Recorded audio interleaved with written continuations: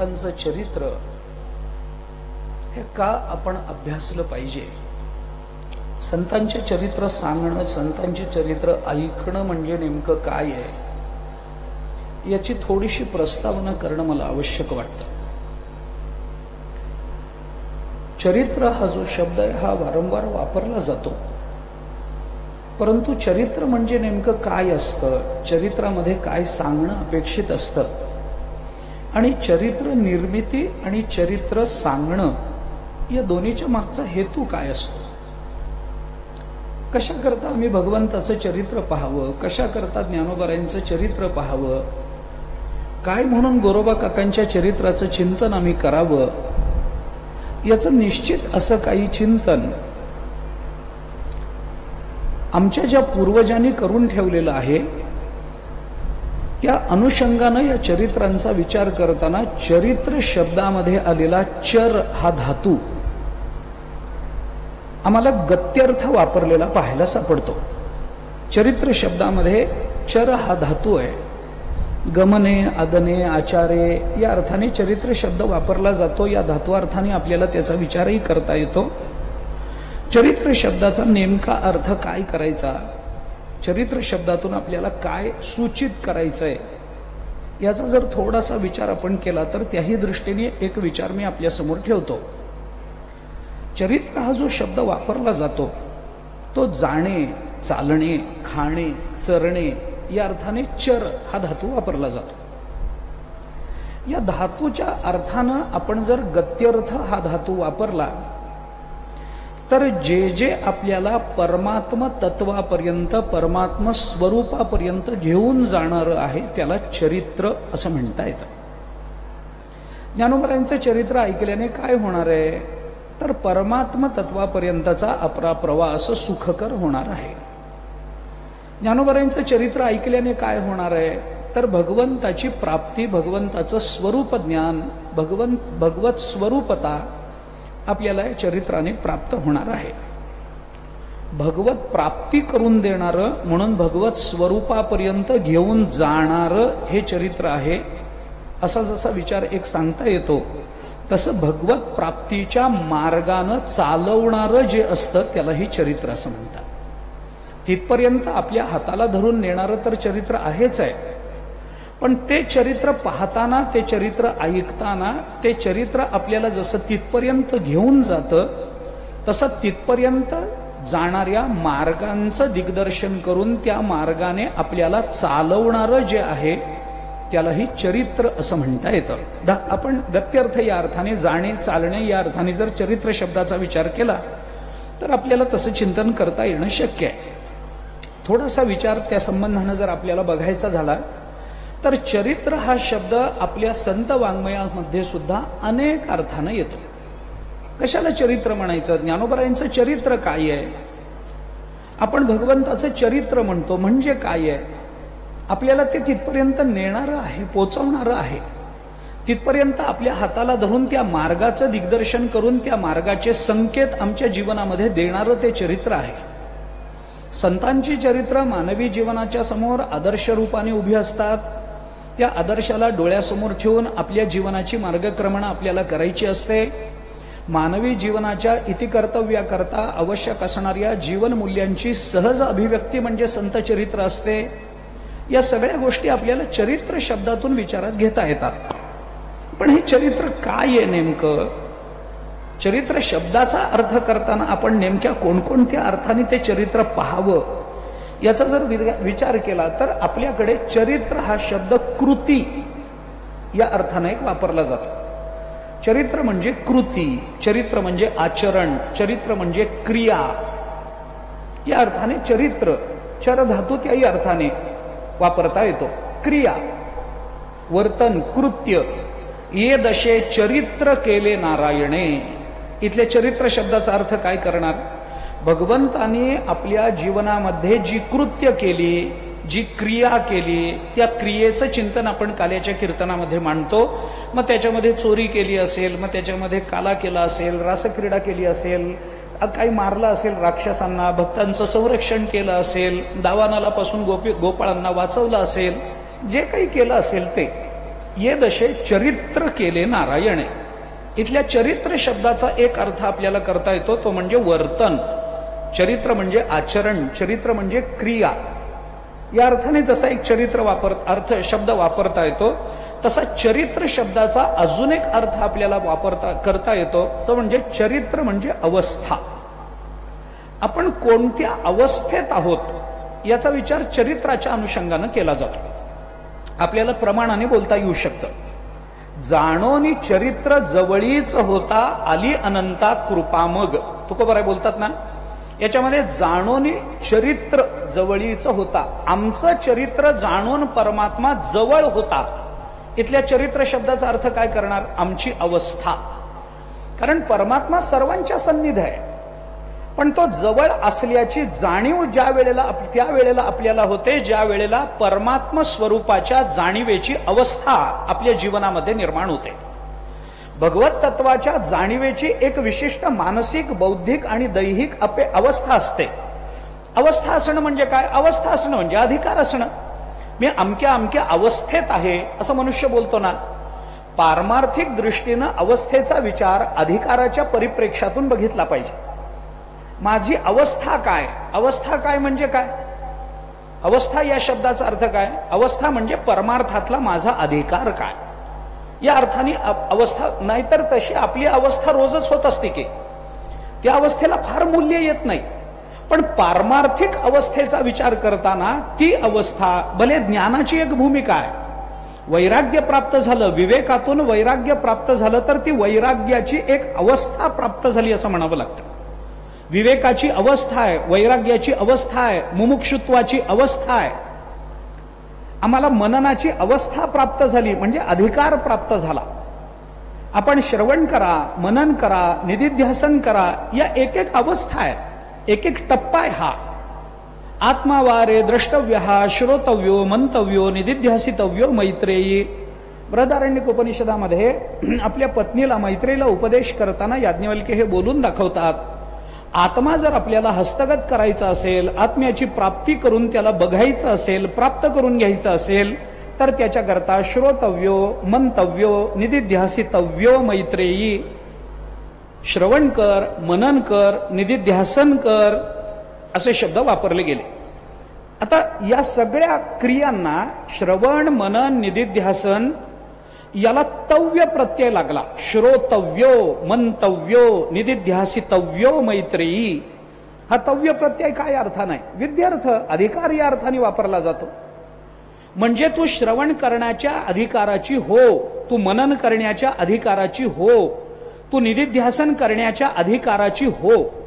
तव्य प्रत्यय संस्कृतामध्ये दोन अर्थाने वापरला जातो. एक अधिकार, विध्यर्थ म्हणजे अधिकार, विधी या अर्थाने तव्य प्रत्यय वापरला जातो, आणि तव्य प्रत्यय योग्यता या अर्थाने वापरला जातो. श्रोतव्यो आत्मा, आत्मावारे द्रष्टव्य, श्रोतव्यो आत्म्याचं श्रवण कर. इथं तव्य प्रत्यय हा जसा अधिकार किंवा विध्यर्थ अर्थाने वापरला जातो तसा तव्य प्रत्यय योग्यता म्हणजे श्रवण करण्याच्या योग्यतेचा फक्त आत्माच आहे, मननाच्या योग्यतेचा फक्त आत्माच आहे, निधिध्यासनाच्या योग्यतेचा फक्त आत्माच आहे. इतराचं निधिध्यासन करू नको, इतराचं श्रवण करू नको. श्रवण कर हा जसा विधी आहे, तसं श्रवण ही एक योग्यता आहे. कशाचं श्रवण आम्ही केलं पाहिजे, काय ऐकलं पाहिजे, आणि जे आम्ही ऐकतो, ज्याचं मनन करतो, त्याच्यावरून आमच्या जीवनाचा एक विशिष्ट अधिकार सिद्ध होतो, एक अधिकार त्याला प्राप्त होतो.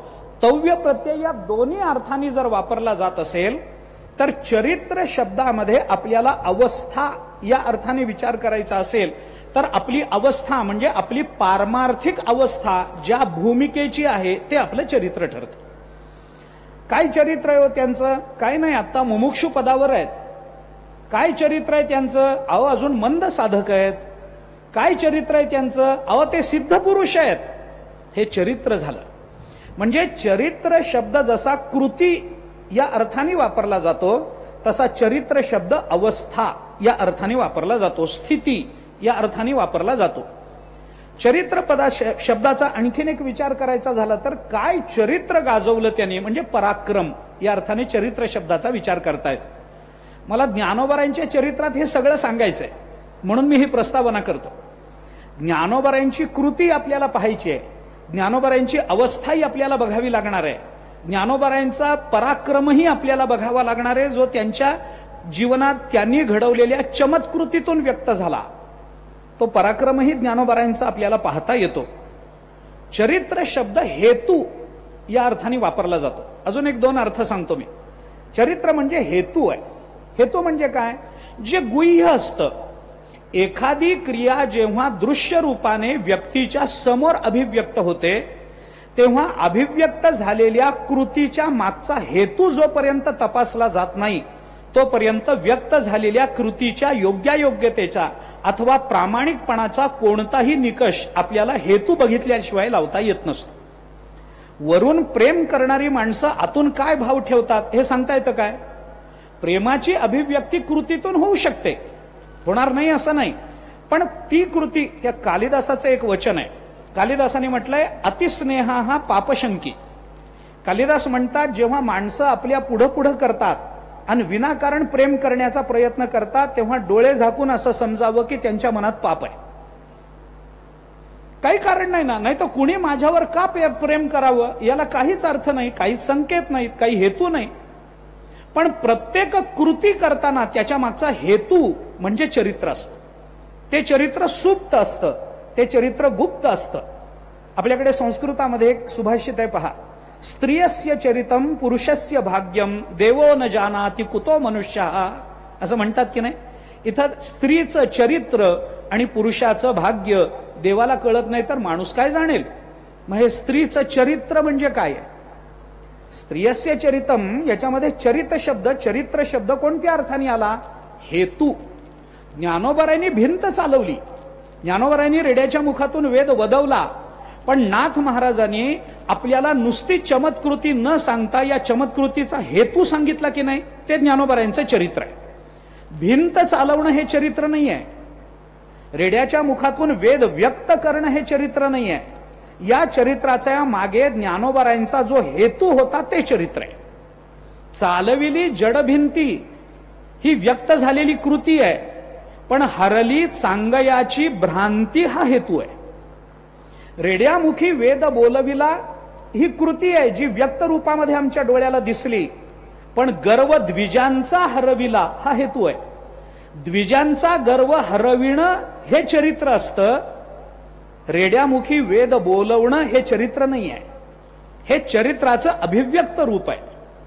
पण जे चरित्र ज्ञानोबारायांसारख्या महापुरुषांचं आपल्या डोळ्यासमोर आपल्याला दिसून येतं, त्या चरित्रात म्हणजे त्या चमत्कृतीत अडकण्यापेक्षा त्याच्या मागे त्यांचा हेतू काय आहे हे बघणं जास्त महत्वाचं असतं. त्या हेतूलाही चरित्र असं म्हटलं जातं.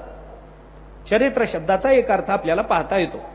किंवा एरवी आपल्याकडे चरित्र शब्द जो वापरला जातो तो इतिहास, कथा या अर्थाने वापरला जातो.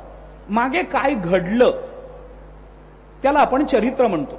भागवतामध्ये अनेक चरित्र येतात. ते कशाच्या रूपाने येतात तर कथेच्या रूपाने येतात. भागवतामध्ये अनेक कथा आहेत.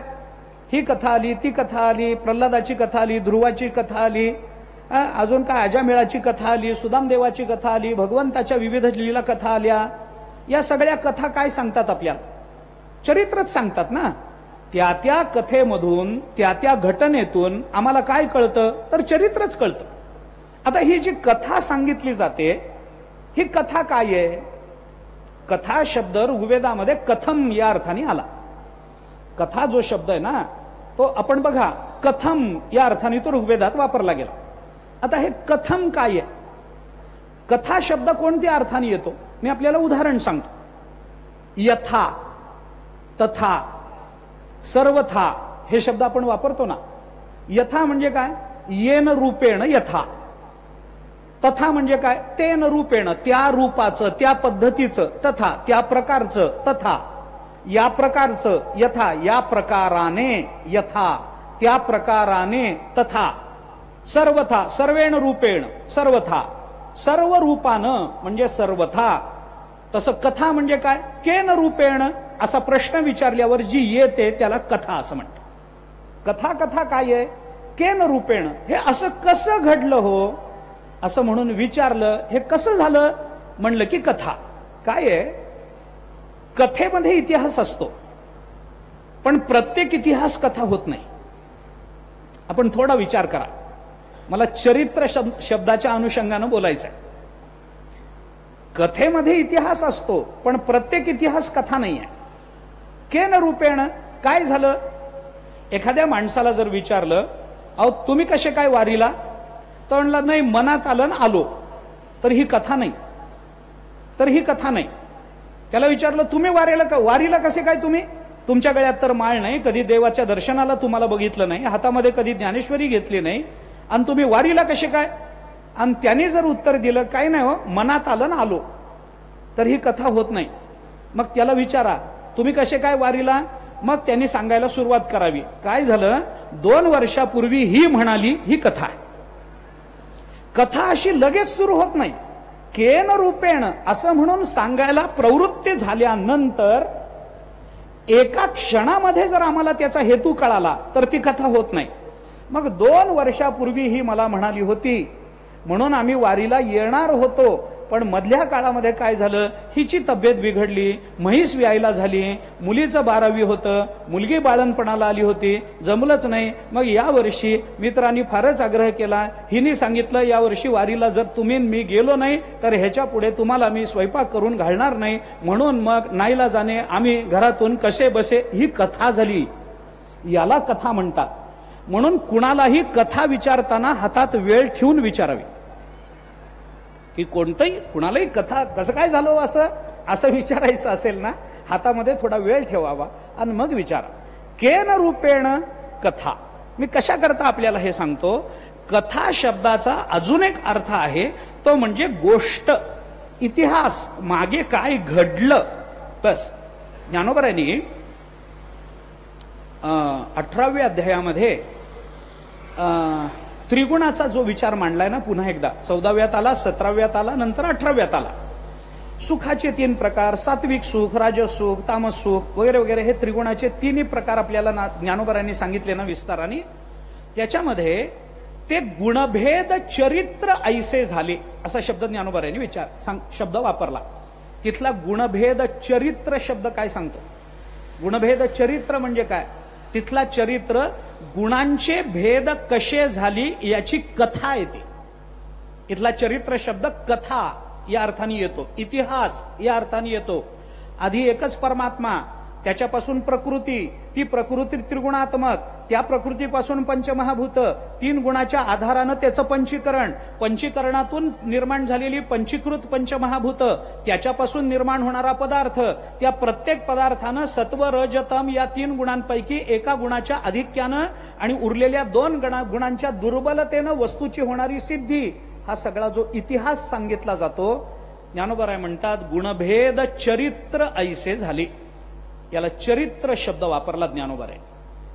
आणखीन एक विचार आपल्याला चरित्राच्या संबंधानं विचारात घेता येतो. चरित्र म्हणजे काय आहे? चरित्र शब्दाचा अजून एक अर्थ आपल्याला सांगतो. चरित्र म्हणजे एखाद्या विशिष्ट व्यक्तीच्या जीवनातला घटनाक्रम, त्याला चरित्र म्हटलं जातं. तो घटनाक्रम व्यवस्थित जुळावा लागतो. चरित्र सांगायचं म्हणजे काय करायचं? मग पहिल्यांदा त्यांचं आपण आता काय करतो, ज्ञानोबरायांचं चरित्र म्हणजे काय सांगतो.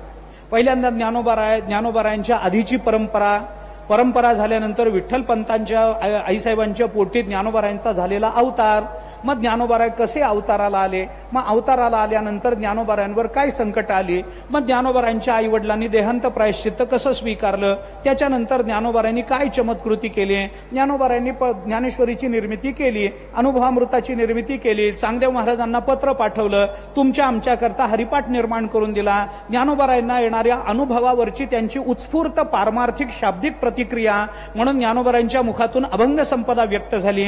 मग ज्ञानोबरायांनी असं केलं, मग ज्ञानोबराय काशीपर्यंत गेले, तिथं ज्ञानोबरायांचा गौरव झाला. मधल्या काळामध्ये त्यांनी रेड्यामुखी वेद बोलवला, भिंत चालवली, अमुक झालं, तमुक झालं, असं करत करत करत करत मग ज्ञानोबराय समाधिस्थ झाले. हे काय आहे? हा सगळा घटनाक्रम आहे. या घटनाक्रमाला चरित्र त्या वेळेला म्हणतात ज्या वेळेला हा घटनाक्रम बिनचूक असतो. हे चरित्र नाहीये. मनुष्य जन्माला आला, त्याच्यानंतर तरुण झाला, त्यानंतर शिकला, त्यानंतर नोकरी लागली, त्यानंतर त्याचं लग्न झालं, त्यानंतर त्याला मुलं झाली, त्यानंतर त्याने अमुक केलं, त्यानंतर तमुक केलं, एवढं मिळवलं, नंतर मेला. हे सगळा हा घटनाक्रम एका विशिष्ट लयामध्ये, एका विशिष्ट क्रमानं आपल्या समोर जर येत असेल तर त्याला चरित्र म्हटलं जातं. नाहीतर मनुष्य जन्माला आला, त्याला मुलं झाली, मग त्याचं लग्न झालं, हे चरित्र नव्हे. हे चरित्र नव्हे. लग्न झाल्यावर मुलगा सांगणं हे चरित्र नाही. हे चरित्र, पण याला 5-6 मुलं झाली मग त्यांनी लग्न केलं, हे चरित्र होऊ शकत नाही. चरित्रामध्ये एका विशिष्ट क्रमाची अपेक्षा आहे. चरित्रामध्ये कुठली गोष्ट कोणत्याही वेळेला सांगा याला चरित्र म्हणत नाहीत. चरित्र हा शब्द घटनाक्रम, आयुष्यक्रम असा सांगणारा जो ग्रंथ असतो त्याला आपण चरित्र ग्रंथ म्हणतो. आपल्याला ज्ञानोबारायांचं चरित्र पाहायचं. काय आहे हे चरित्र? चरित्र कसं असतं? त्या चरित्राच्या भूमिका काय? चरित्र का मानायचं? म्हणून आपल्याला या चरित्राचं चिंतन करताना घटनाक्रम, या चरित्राचा हेतू, या चरित्रामध्ये घडणाऱ्या कृती, त्या कृतीच्या मागचा हेतू, हे जे सगळे अर्थ आपल्याला सांगण्यामध्ये आले, त्याच्यामध्ये अवस्था, या सगळ्याचा जो विचार आपल्याला चरित्र या शब्दाच्या अनुषंगानं सांगण्यात आला, त्या अनुषंगानंच चरित्राचा विचार करताना उज्ज्वल नीलमणीनं चरित्राचे 2 प्रकार आपल्या समोर ठेवले. उज्ज्वल नीलमणीनं आपल्याला सांगितलं चरित्र 2 प्रकारचं असतं. अनुभावश्च लीलाचेत उच्चते चरितम द्विधा. 2 प्रकारचं चरित्र माना. एक अनुभव चरित्र असतं आणि दुसरं लीला चरित्र असतं. एक लीला चरित्र आणि दुसरं अनुभावश्च लीलाचेत उच्चते चरितम द्विधा. लीला चरित्र काय, अनुभव चरित्र काय, अनेक वेळेला आपण त्याचा विचार बोलून दाखवतो. आता लगेच त्याचा विस्तार मी करावा असं नाही, परंतु या 2 प्रकारानं आपल्याला चरित्राचं चिंतन करता येण्यासारखं आहे. त्याचं फक्त सूत्र सांगून जात. अनुभव चरित्र कशाला म्हणतात आणि लीला चरित्र कशाला म्हणतात? अगदी एका वाक्यात बोलायचं झालं तर ज्या चरित्राच्या श्रवणाने आनंद मिळतो त्याला लीला चरित्र म्हणा, आणि ज्या चरित्राच्या आचरणाने आनंद मिळतो त्याला अनुभव चरित्र असं म्हणा.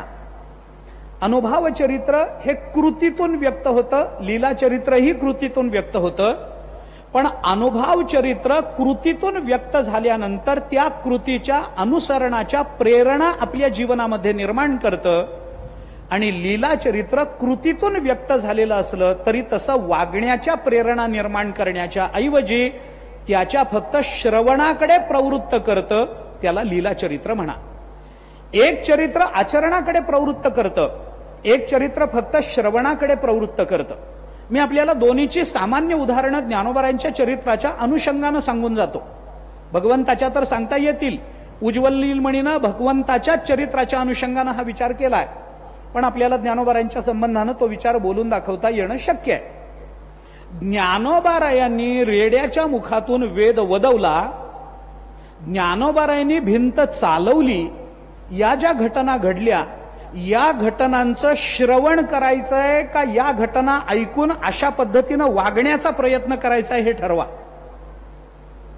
ज्ञानोबारायांनी रेड्याच्या मुखातून वेद वदवला, त्यांनी वदवला म्हणून आपणही एखाद्या रेड्याच्या डोक्यावर हात ठेवायला गेलो तर, अरे आपली पोरं बोल म्हणल्यावर बोलत नाही, दुसऱ्याच्या घरचा रेडा काय म्हणून बोलेल, काय म्हणून बोलेल, बोलत नाही.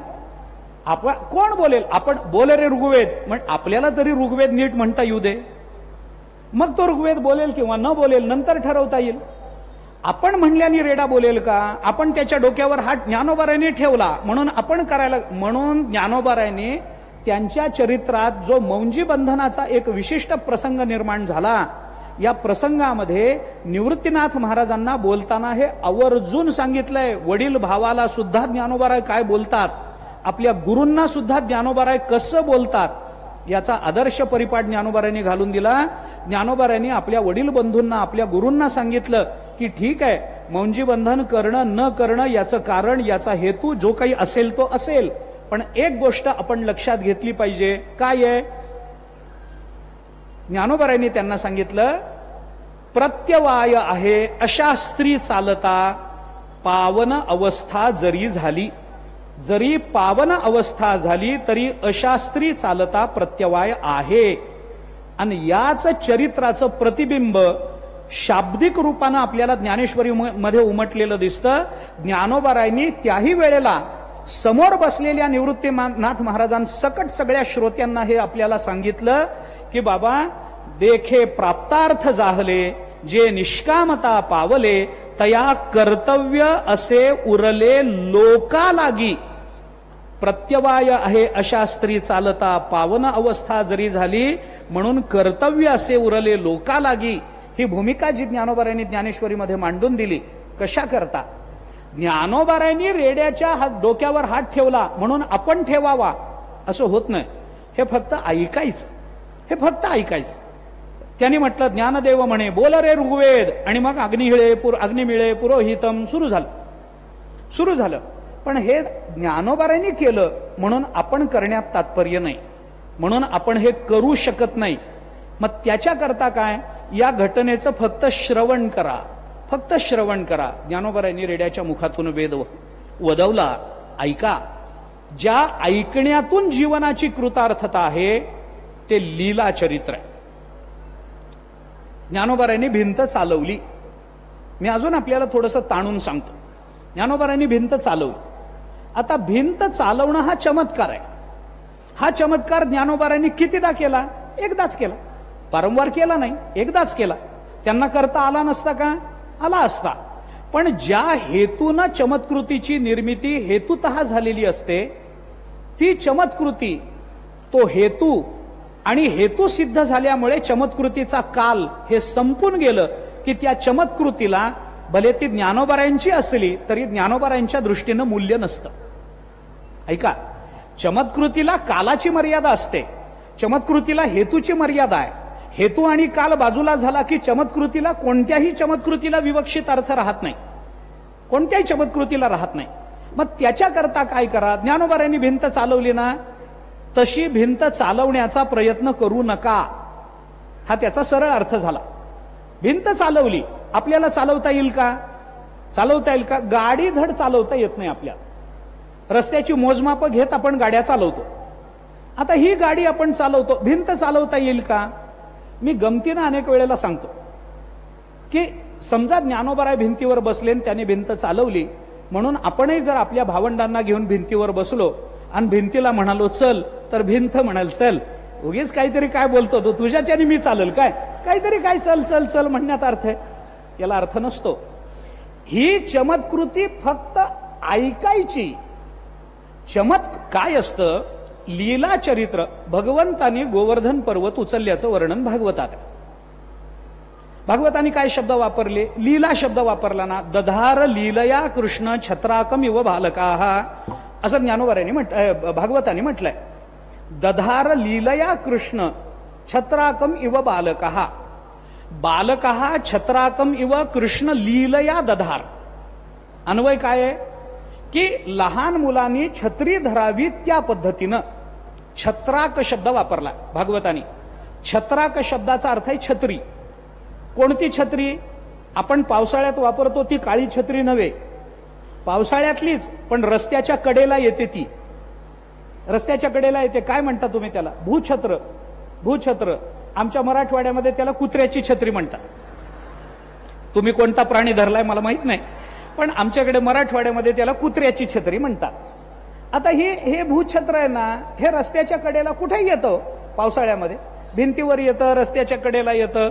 मग शाळेत जाणारी मुलं असतात की नाही, ती शाळेत जाता जाता गमतीनं बघतात आणि ती छत्री कुत्र्याची ती अशी पटकन तोडतात आणि माझी छत्री म्हणून गमतीनं डोक्यावर धारण करतात. हे बघ माझी छत्री कशी आहे म्हणून गमतीनं अशी वर धरतात. ती लहान मुलं जेवढ्या सहजतेनं ती छत्री मोडून डोक्यावर धरतात, तेवढ्या सहजतेनं भगवंतानी गोवर्धन पर्वत धारण केला. हे भागवताला सांगायचंय. दधार लीलया कृष्ण कसं? छत्राकम इव बालकाः. बालकाः छत्राकम इव कृष्ण लीलया दधार. इथे लीला शब्द वापरला. लीला शब्दाचा अर्थ काय? सहजता. ब्रह्मसूत्रामध्ये लोकवत्तु लीला कैवल्यम असं एक सूत्र आहे. लोकवत्तु लीला शब्दाचा अर्थ करताना जगद्गुरु शंकराचार्यांनी सहजता, आपली पापणी ज्या सहजतेनं उघडझाप होते पापणीची, त्याला कोणी संकल्प करत नाही. आता चला बराच वेळ झाला, पापणी खाली करू, मग पापणी वर करू, अशा संकल्पानं कुणी काही करत नाही. सहज होते. आपला श्वासोश्वास याच्याकरता आपण ठरवतो का हो? चला आता हवा बाहेर सोडू, चला आता आत घेऊ, असं ठरवतो का आपण? सहजतेनं होतं ना. त्याला आचार्यांनी ही 2 उदाहरणं देऊन लीला असा शब्द योजन. सहज, कोणी त्याच्याकरता संकल्प करत नाही. पापणी उघडझाप ती सहज होते, म्हणजे जागा असणाऱ्यांची ती सहज होते. आता झोपलेले असतील त्यांची आता पुंडलिकावर झाल्यावर उघडायची ना, त्यांचं नाही. म्हणजे कशा करता बोलतो, याला लीला म्हणतात. लीला म्हणजे संकल्परहित कृती, लीला म्हणजे नैसर्गिकतेनं होणारी कृती, लीला म्हणजे स्वाभाविकतेनं होणारी कृती, ज्याच्याकरता संकल्प नाही, ज्याच्याकरता प्रयत्न नाही, ज्याच्या परिणामाचं चिंतन नाही, त्याला लीला म्हणायचं. ज्ञानोबारांनी भिंत चालवली ही लीला आहे. त्याच्याकरता प्रयत्न नाहीत त्यांच्याकडे. रेड्याच्या मुखातून वेद वदवणं ही लीला आहे, म्हणून याला लीला चरित्र म्हणा. याच्याकरता प्रयत्न नाहीत. ज्ञानोबारांनी संकल्प केला, भिंत चालावी, भिंत चालली, संपलं. याच्यामध्ये काही ठेवायचं नाही. संकल्पात एव तु तच्छ्रुते, हे असं एक सूत्र ब्रह्मसूत्रात आलं. संकल्पात एव कुणी सांगितलं? श्रुते, हे श्रुतीनं आम्हाला सांगितलं की मोठ्यांचे संकल्पच त्यांच्या कार्याची, इच्छेची परिपूर्ती असते. मी आपल्याला एक सूत्र सांगतो त्या संबंधात, थोडासा विचार अगदी जाता जाता मांडतो.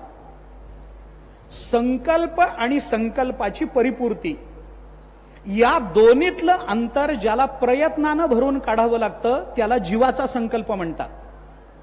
आणि संकल्प हीच संकल्पाची परिपूर्ती असं ज्यांच्या बाबतीत घडतं त्यांना संतांचा संकल्प म्हणतात. आम्ही जेव्हा घर बांधण्याचा संकल्प करतो तेव्हा आम्ही संकल्प केल्याबरोबर घर निर्माण होत नाही. आमच्या संकल्पाची परिपूर्ती 4 वर्षांनी होते वास्तुशांतीच्या वेळेला, आणि त्या वेळेपर्यंत आम्हाला मधलं अंतर 4 वर्षाचं प्रयत्न करावे लागतात. रिकामी जागा घ्यावी लागते, कुठल्या तरी अभितंत्रज्ञाला भेटावं लागतं, त्याच्याकडून नकाशा काढून घ्यावा लागतो, त्याच्याकरता पैशाची जमवाजमव करावी लागते, त्याच्याकरता कुणाकडून तरी कर्ज घ्यावं लागतं, देतो म्हणून न देण्याकरता मित्राकडून पैसे घ्यावे लागतात. हे सगळं करावं लागतं. मग विटा आणा, वाळू आणा, सिमेंट आणा, अमुक करा, तमुक करा, शेजारचा भांडतो, मागचा भांडतो, रस्ता सोडा म्हणून नगरपालिका भांडते. या सगळ्याला तोंड देत देत देत देत देत देत मग 4 वर्षांनी कर्तव्यम वास्तुशमनम सौमित्रे चिरजीवी असं म्हणून आमचं कर्तव्यम वास्तुशमनम होतं. मग वास्तुशांती, मग माणूस म्हणतो आत्ता संकल्प पूर्ण झाला. पण मधल्या 4 दिवसामध्ये ना अन्न पाणी गोड लागलं, ना काही आपल्याला सुख मिळालं, ना घरात झोप लागली, काही झालं नाही. प्रयत्नानं हे सगळं भरून काढावं लागलं ना. मग संकल्पाला प्रयत्नाची जोड दिली की तो जीवाचा संकल्प, आणि प्रयत्नाची जोड न देता संकल्प हीच परिपूर्ती तो संतांचा संकल्प. भिंत चालावी संकल्प केलाय. निवृत्तीनाथ महाराजांना, सोपान काकांना ज्ञानोबाराय म्हणाले नाही जरा उतरान मागून धक्का मारा म्हणून. चालावी हा संकल्प झाला आणि भिंत चालायला लागली. बोल रे ऋग्वेद, एवढंच तोंडातून आज्ञार्थक संकल्प बाहेर पडला ज्ञानोबारायांचा. ज्ञानदेव म्हणे बोल रे ऋग्वेद, बोल बाबा ऋग्वेद बोल. आणि रेडा बोलायला लागला. काय प्रयत्न केले? काही नाही. त्यांचा संकल्प हीच त्यांच्या जीवनाची सिद्धता आहे, परिपूर्ती आहे त्यांच्या संकल्पाची. हे कशा करता मी आपल्याला सांगतो, याला लीला म्हणतात. आणि या लीलांचं श्रवण असतं. लीलांचं श्रवण करा. पण ज्ञानोबारायांची काही चरित्रातला काही भाग असा आहे की जे फक्त ऐकायचं नाही, तसं आचरण करण्याचा प्रयत्न करायचा. ज्ञानोबारायांनी आपल्या सद्गुरूंचं वर्णन करताना आपलं एक चरित्र सांगितलंय. चरित्र म्हणजे अवस्था सांगितली. काय अवस्था सांगितली? माझ्या सद्गुरूंचं चरित्र, त्यांचं गुणवर्णन मला करण्याकरता मला काही अधिकार पाहिजे. संतांचं वर्णन करायचंय ना, सद्गुरूंचं वर्णन करायचंय ना, मग त्याच्याकरता वाणीला काही अधिकार पाहिजे. मग काय अधिकार आहे वाणीचा? ज्ञानोबारायांनी आपली अवस्था सांगताना आपल्याला सांगितलं, माझी या सत्यवादाचे तप वाचा केली बहुत कल्प तया फळाचे महाद्वीप पातलो आम्ही पुण्य पोशिली असाधारणे तिये तुझे गुण वानणे देवोनी मज उत्तीर्णे झाली अजी. बोलले ना ज्ञानोबा, ही माझी सगळी पुण्याई आज फळाला आली म्हणून मी तुमचं गुणवर्णन करू शकतो आहे, हे ज्ञानोबा बोलले. पण ही सगळी पुण्याई म्हणजे काय आहे? माझी अवस्था आहे. माझी अवस्था म्हणजे माझं चरित्र आहे. काय चरित्र? अरे कित्येक कल्पामध्ये माझ्या वाणीला खोटं बोलून माहिती नाही. माझी या सत्यवादाचे तप वाचा केली बहुत कल्प. बहुत कल्पामध्ये माझ्या वाचेने सत्यवादाचं तप केलंय. आता ज्ञानोबा म्हणतात मी कधीच खोटं बोलत नाही. हे नुसतं ऐकायचं का असं वागण्याचा प्रयत्न करायचा आहे? हे ऐकायचं नाही. इथं ज्ञानोबारायांचं अनुसरण करण्याचा प्रयत्न करायचा आहे. ज्ञानोबारायांचं अनुगमन आपल्याकडून होईल की नाही याचा प्रयत्न करायचा. या दृष्टीने जर विचार केला तर हे ज्ञानोबारायांचं अनुभव चरित्र म्हणून आपल्याला डोळ्यासमोर ठेवावं लागतं. का या दोन रूपामध्ये संतांना चरित्र प्रकट करावी वाटतात? त्याचं एक सूत्र एका वाक्यामध्ये सांगतो आणि पुढे जातो. मला नाही वाटत की मला याचा विस्तार करायची पाळी येईल, तरी नुसतं सांगून तरी जातो. आपल्या ज्ञानोबारायांचं लीला चरित्र ऐका, ज्ञानोबारायांचं अनुभव चरित्र ऐका, असं नामदेवरायांपासून नाथ महाराजांपासून तुकोबारायांपासून निळोबारायांपर्यंत सगळे संत आपल्याला ज्ञानोबारायांचं चरित्र सांगतात. नाही असं नाही. ज्ञानोबारायांच्या नंतर महाराष्ट्रामध्ये असे संत झाले नाहीत की त्यांनी ज्ञानोबारायांचं वर्णन केलं नाही. ऐका, ज्ञानोबारायांच्या नंतर महाराष्ट्रामध्ये असे संत झाले नाहीत की त्यांनी ज्ञानोबारायांचं वर्णन केलं नाही. आणि ज्ञानोबारायांच्या नंतर महाराष्ट्रामध्ये जन्माला येऊन संत म्हणून घेऊन जर ज्ञानोबारायांचं वर्णन केलं नसेल तर आम्ही त्यांना संत म्हणायला तयार नाही. असं होणारच नाही. जर तो ज्ञानोबारायांच्या नंतर महाराष्ट्रात संत म्हणून अवताराला आला तर ज्ञानोबारायांच्या वर्णनाशिवाय त्यांच्या संतत्वाची पूर्णताच नाहीये. मग ते कोणी असो, ज्ञानोबारायांच्या वर्णनाशिवाय जीवनामध्ये संतत्वाची परिपूर्णता साधली जाऊ शकत नाही. का संतांनी आम्हाला सांगितलं ज्ञानोबारायांचं चरित्र ऐका, लीला चरित्र ऐका, अनुभव चरित्र ऐका? कशा करता ऐका? काय ऐकून मिळणार आहे? त्याचं सूत्र मी फक्त आपल्याला सांगतो. ज्ञानोबारायांकडून ज्या चमत्कृती घडल्या, ज्ञानोबारायांचं लीला चरित्र ऐका. कशा करता ऐका? कारण संतांच्या लीला चरित्र श्रवणातून भावशुद्धी होत असते आणि संतांच्या अनुभव चरित्रातून आपली आचार शुद्धी होत असते. भावशुद्धी आणि आचार शुद्धी या दोन्ही शुद्धी आपल्या जीवनाच्या धन्यतेकरता, कल्याणाकरता अत्यंत आवश्यक आहे. चरित्र, अनुभव चरित्र ऐकून तसं वागण्याची प्रेरणा मिळायला लागली की आमच्या ज्ञानोबारायांच्या अनुकरणातून प्राप्त झालेल्या कृतीनं आमची आचार शुद्धी होते आणि ज्ञानोबारायांच्या चरित्रातल्या चमत्कृती ऐकत गेलो की ज्ञानोबारायांच्या चरणाविषयीचा अत्यंतिक निस्सीम आणि अनन्य भाव निर्माण होतो. त्या अनन्यतेतून आणि निस्सीमतेतून आपल्या जीवनातल्या भावाची सुद्धा शुद्धी होते. म्हणून भावशुद्धी करता लीला चरित्र आणि आचरण शुद्धी करता अनुभव चरित्र ऐका.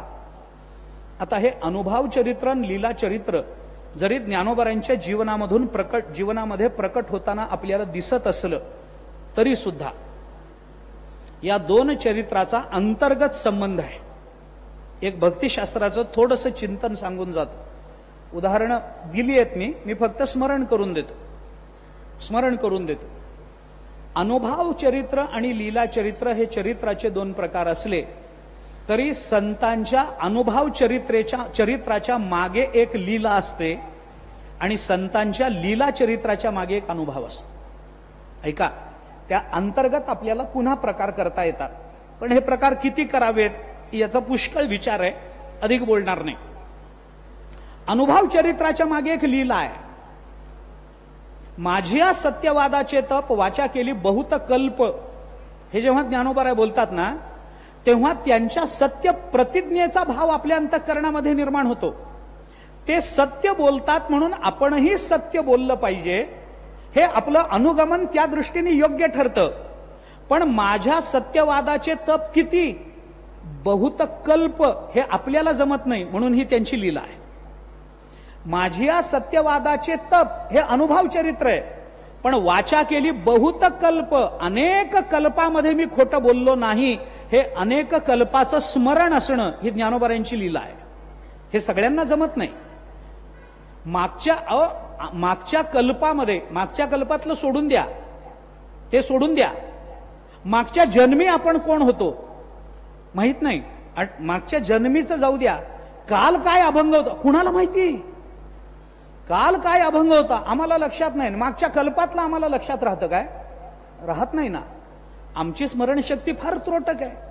आमच्या स्मरणशक्तीला तेवढी धारणा नाही की तिने मागचं काहीतरी आठवावं, मागचं काहीतरी स्मरण करावं. जाती स्मरता हा जीवाचा स्वभाव नाही, तो योग्याचा स्वभाव असतो. हे लक्षात घ्या. जातीस्मरता म्हणजे मागच्या जन्मांचं आठवणं, स्मरण होणं, याला जातीस्मरता म्हणतात. ही जातीस्मरता आपल्याला नसते, योग्यांना असते. योगी कित्येक जन्माचं आठवू शकतात योग सामर्थ्यानं. योग्यांना ती धारणा असते, ती त्यांची तशी बुद्धी असते. त्यांना पुढचंही बघता येतं, मागचंही कळतं. हे योग्यांच्या बाबतीत योग्य आहे. आपल्याला काय शक्य आहे? आपल्याला हे करता येणार नाही. मग काय आहे? वाचा केली बहुत कल्प ही लीला घ्या, आणि माझी या सत्यवादाचे तप ही मात्र अनुभव घ्या. म्हणजे अनुभवाच्या मागे एक लीला असते हे आपल्याला कळतं. हे जसं असतं तसं लीलेच्या मागे एक अनुभव असतो.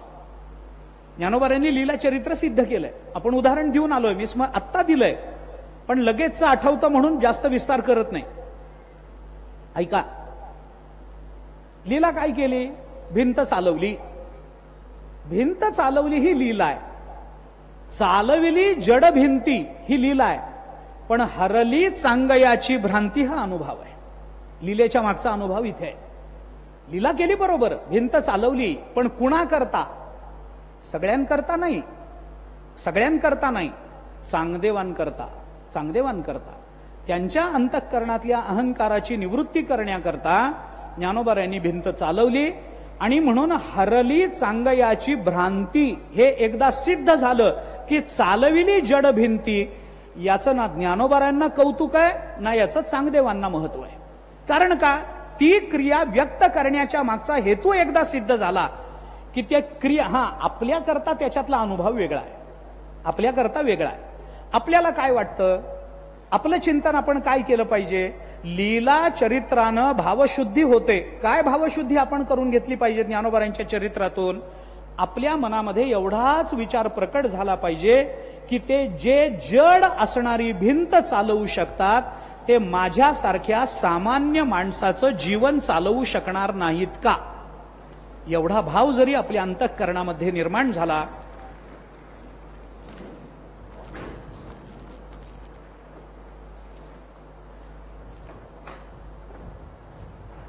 एवढा भाव जरी आपल्या अंतःकरणामध्ये निर्माण झाला तरी आपल्याला ज्ञानोबारायांच्या लीला चरित्राची भावशुद्धी प्राप्त होते.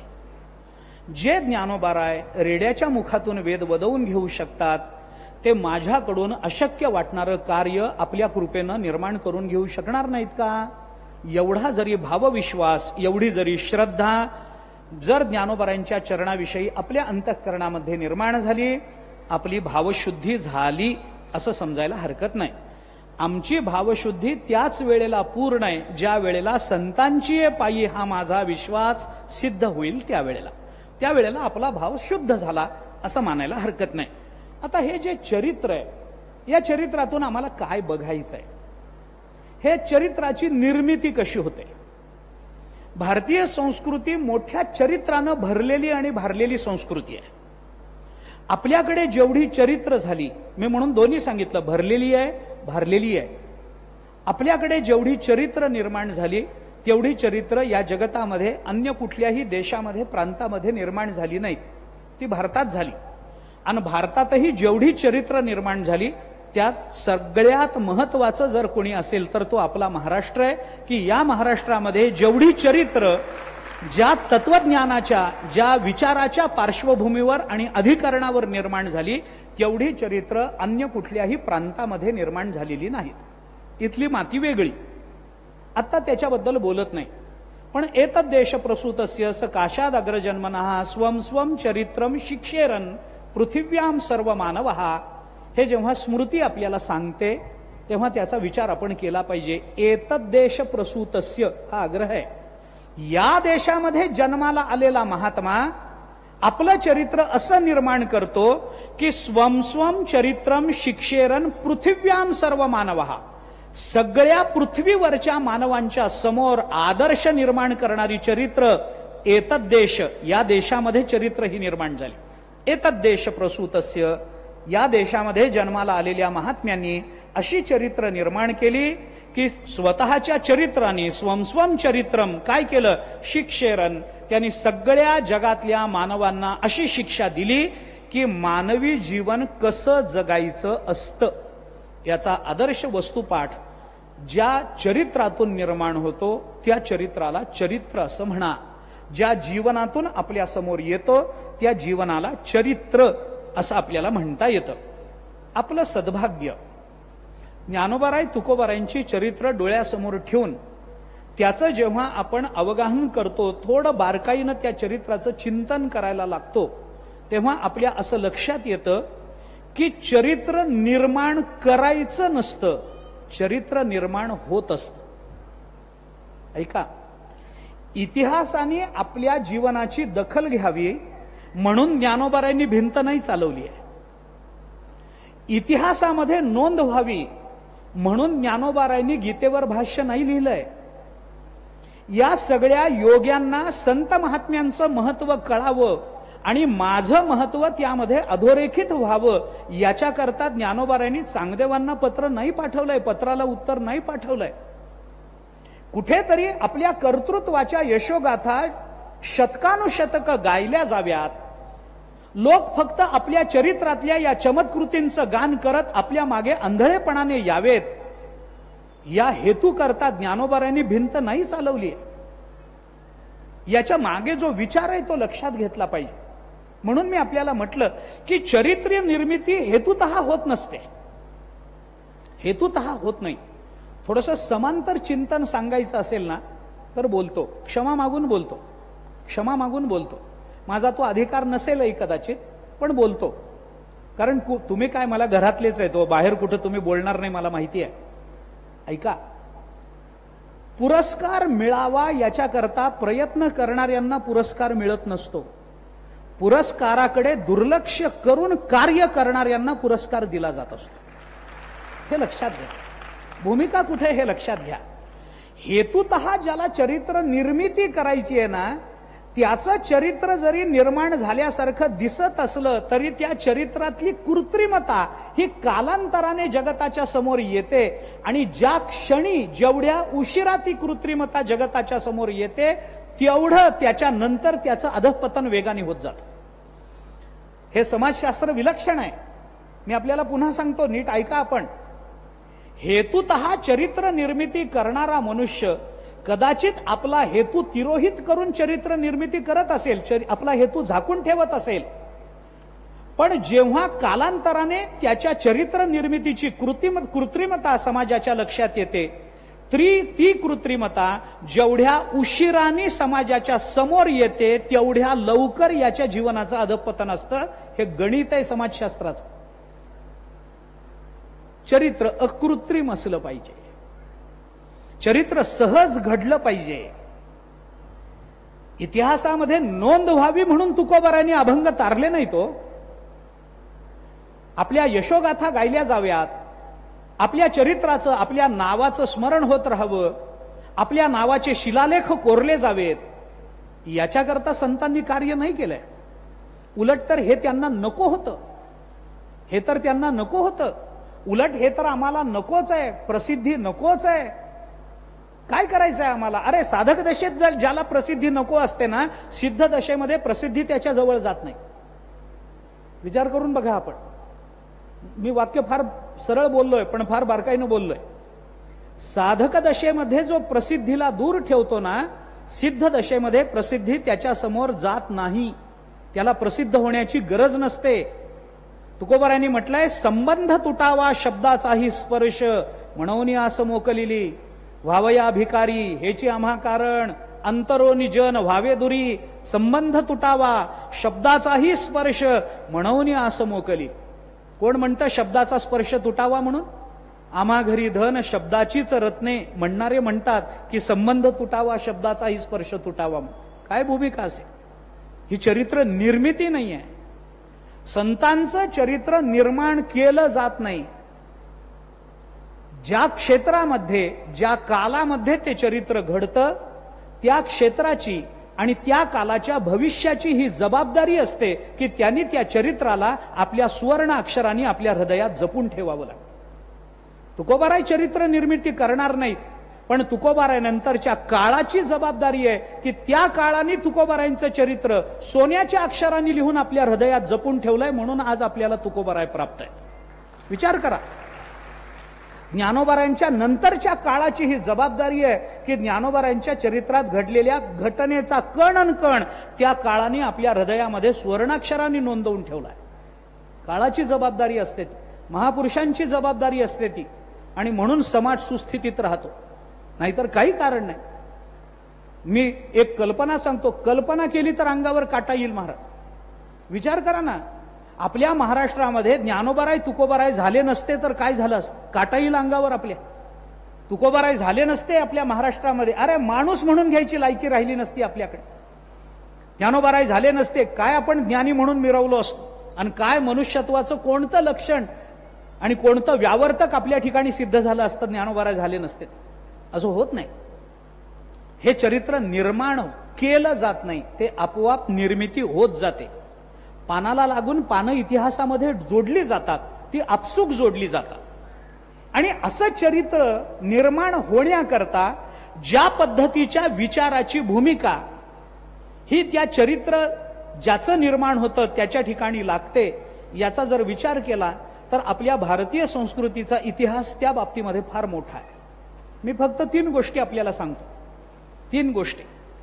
चरित्र निर्मितीचा विचार करताना किंवा निर्माण झालेल्या चरित्राचा मागोवा घेताना 3 गोष्टींचा विचार चरित्रावर पडलेला असतो. ऐका.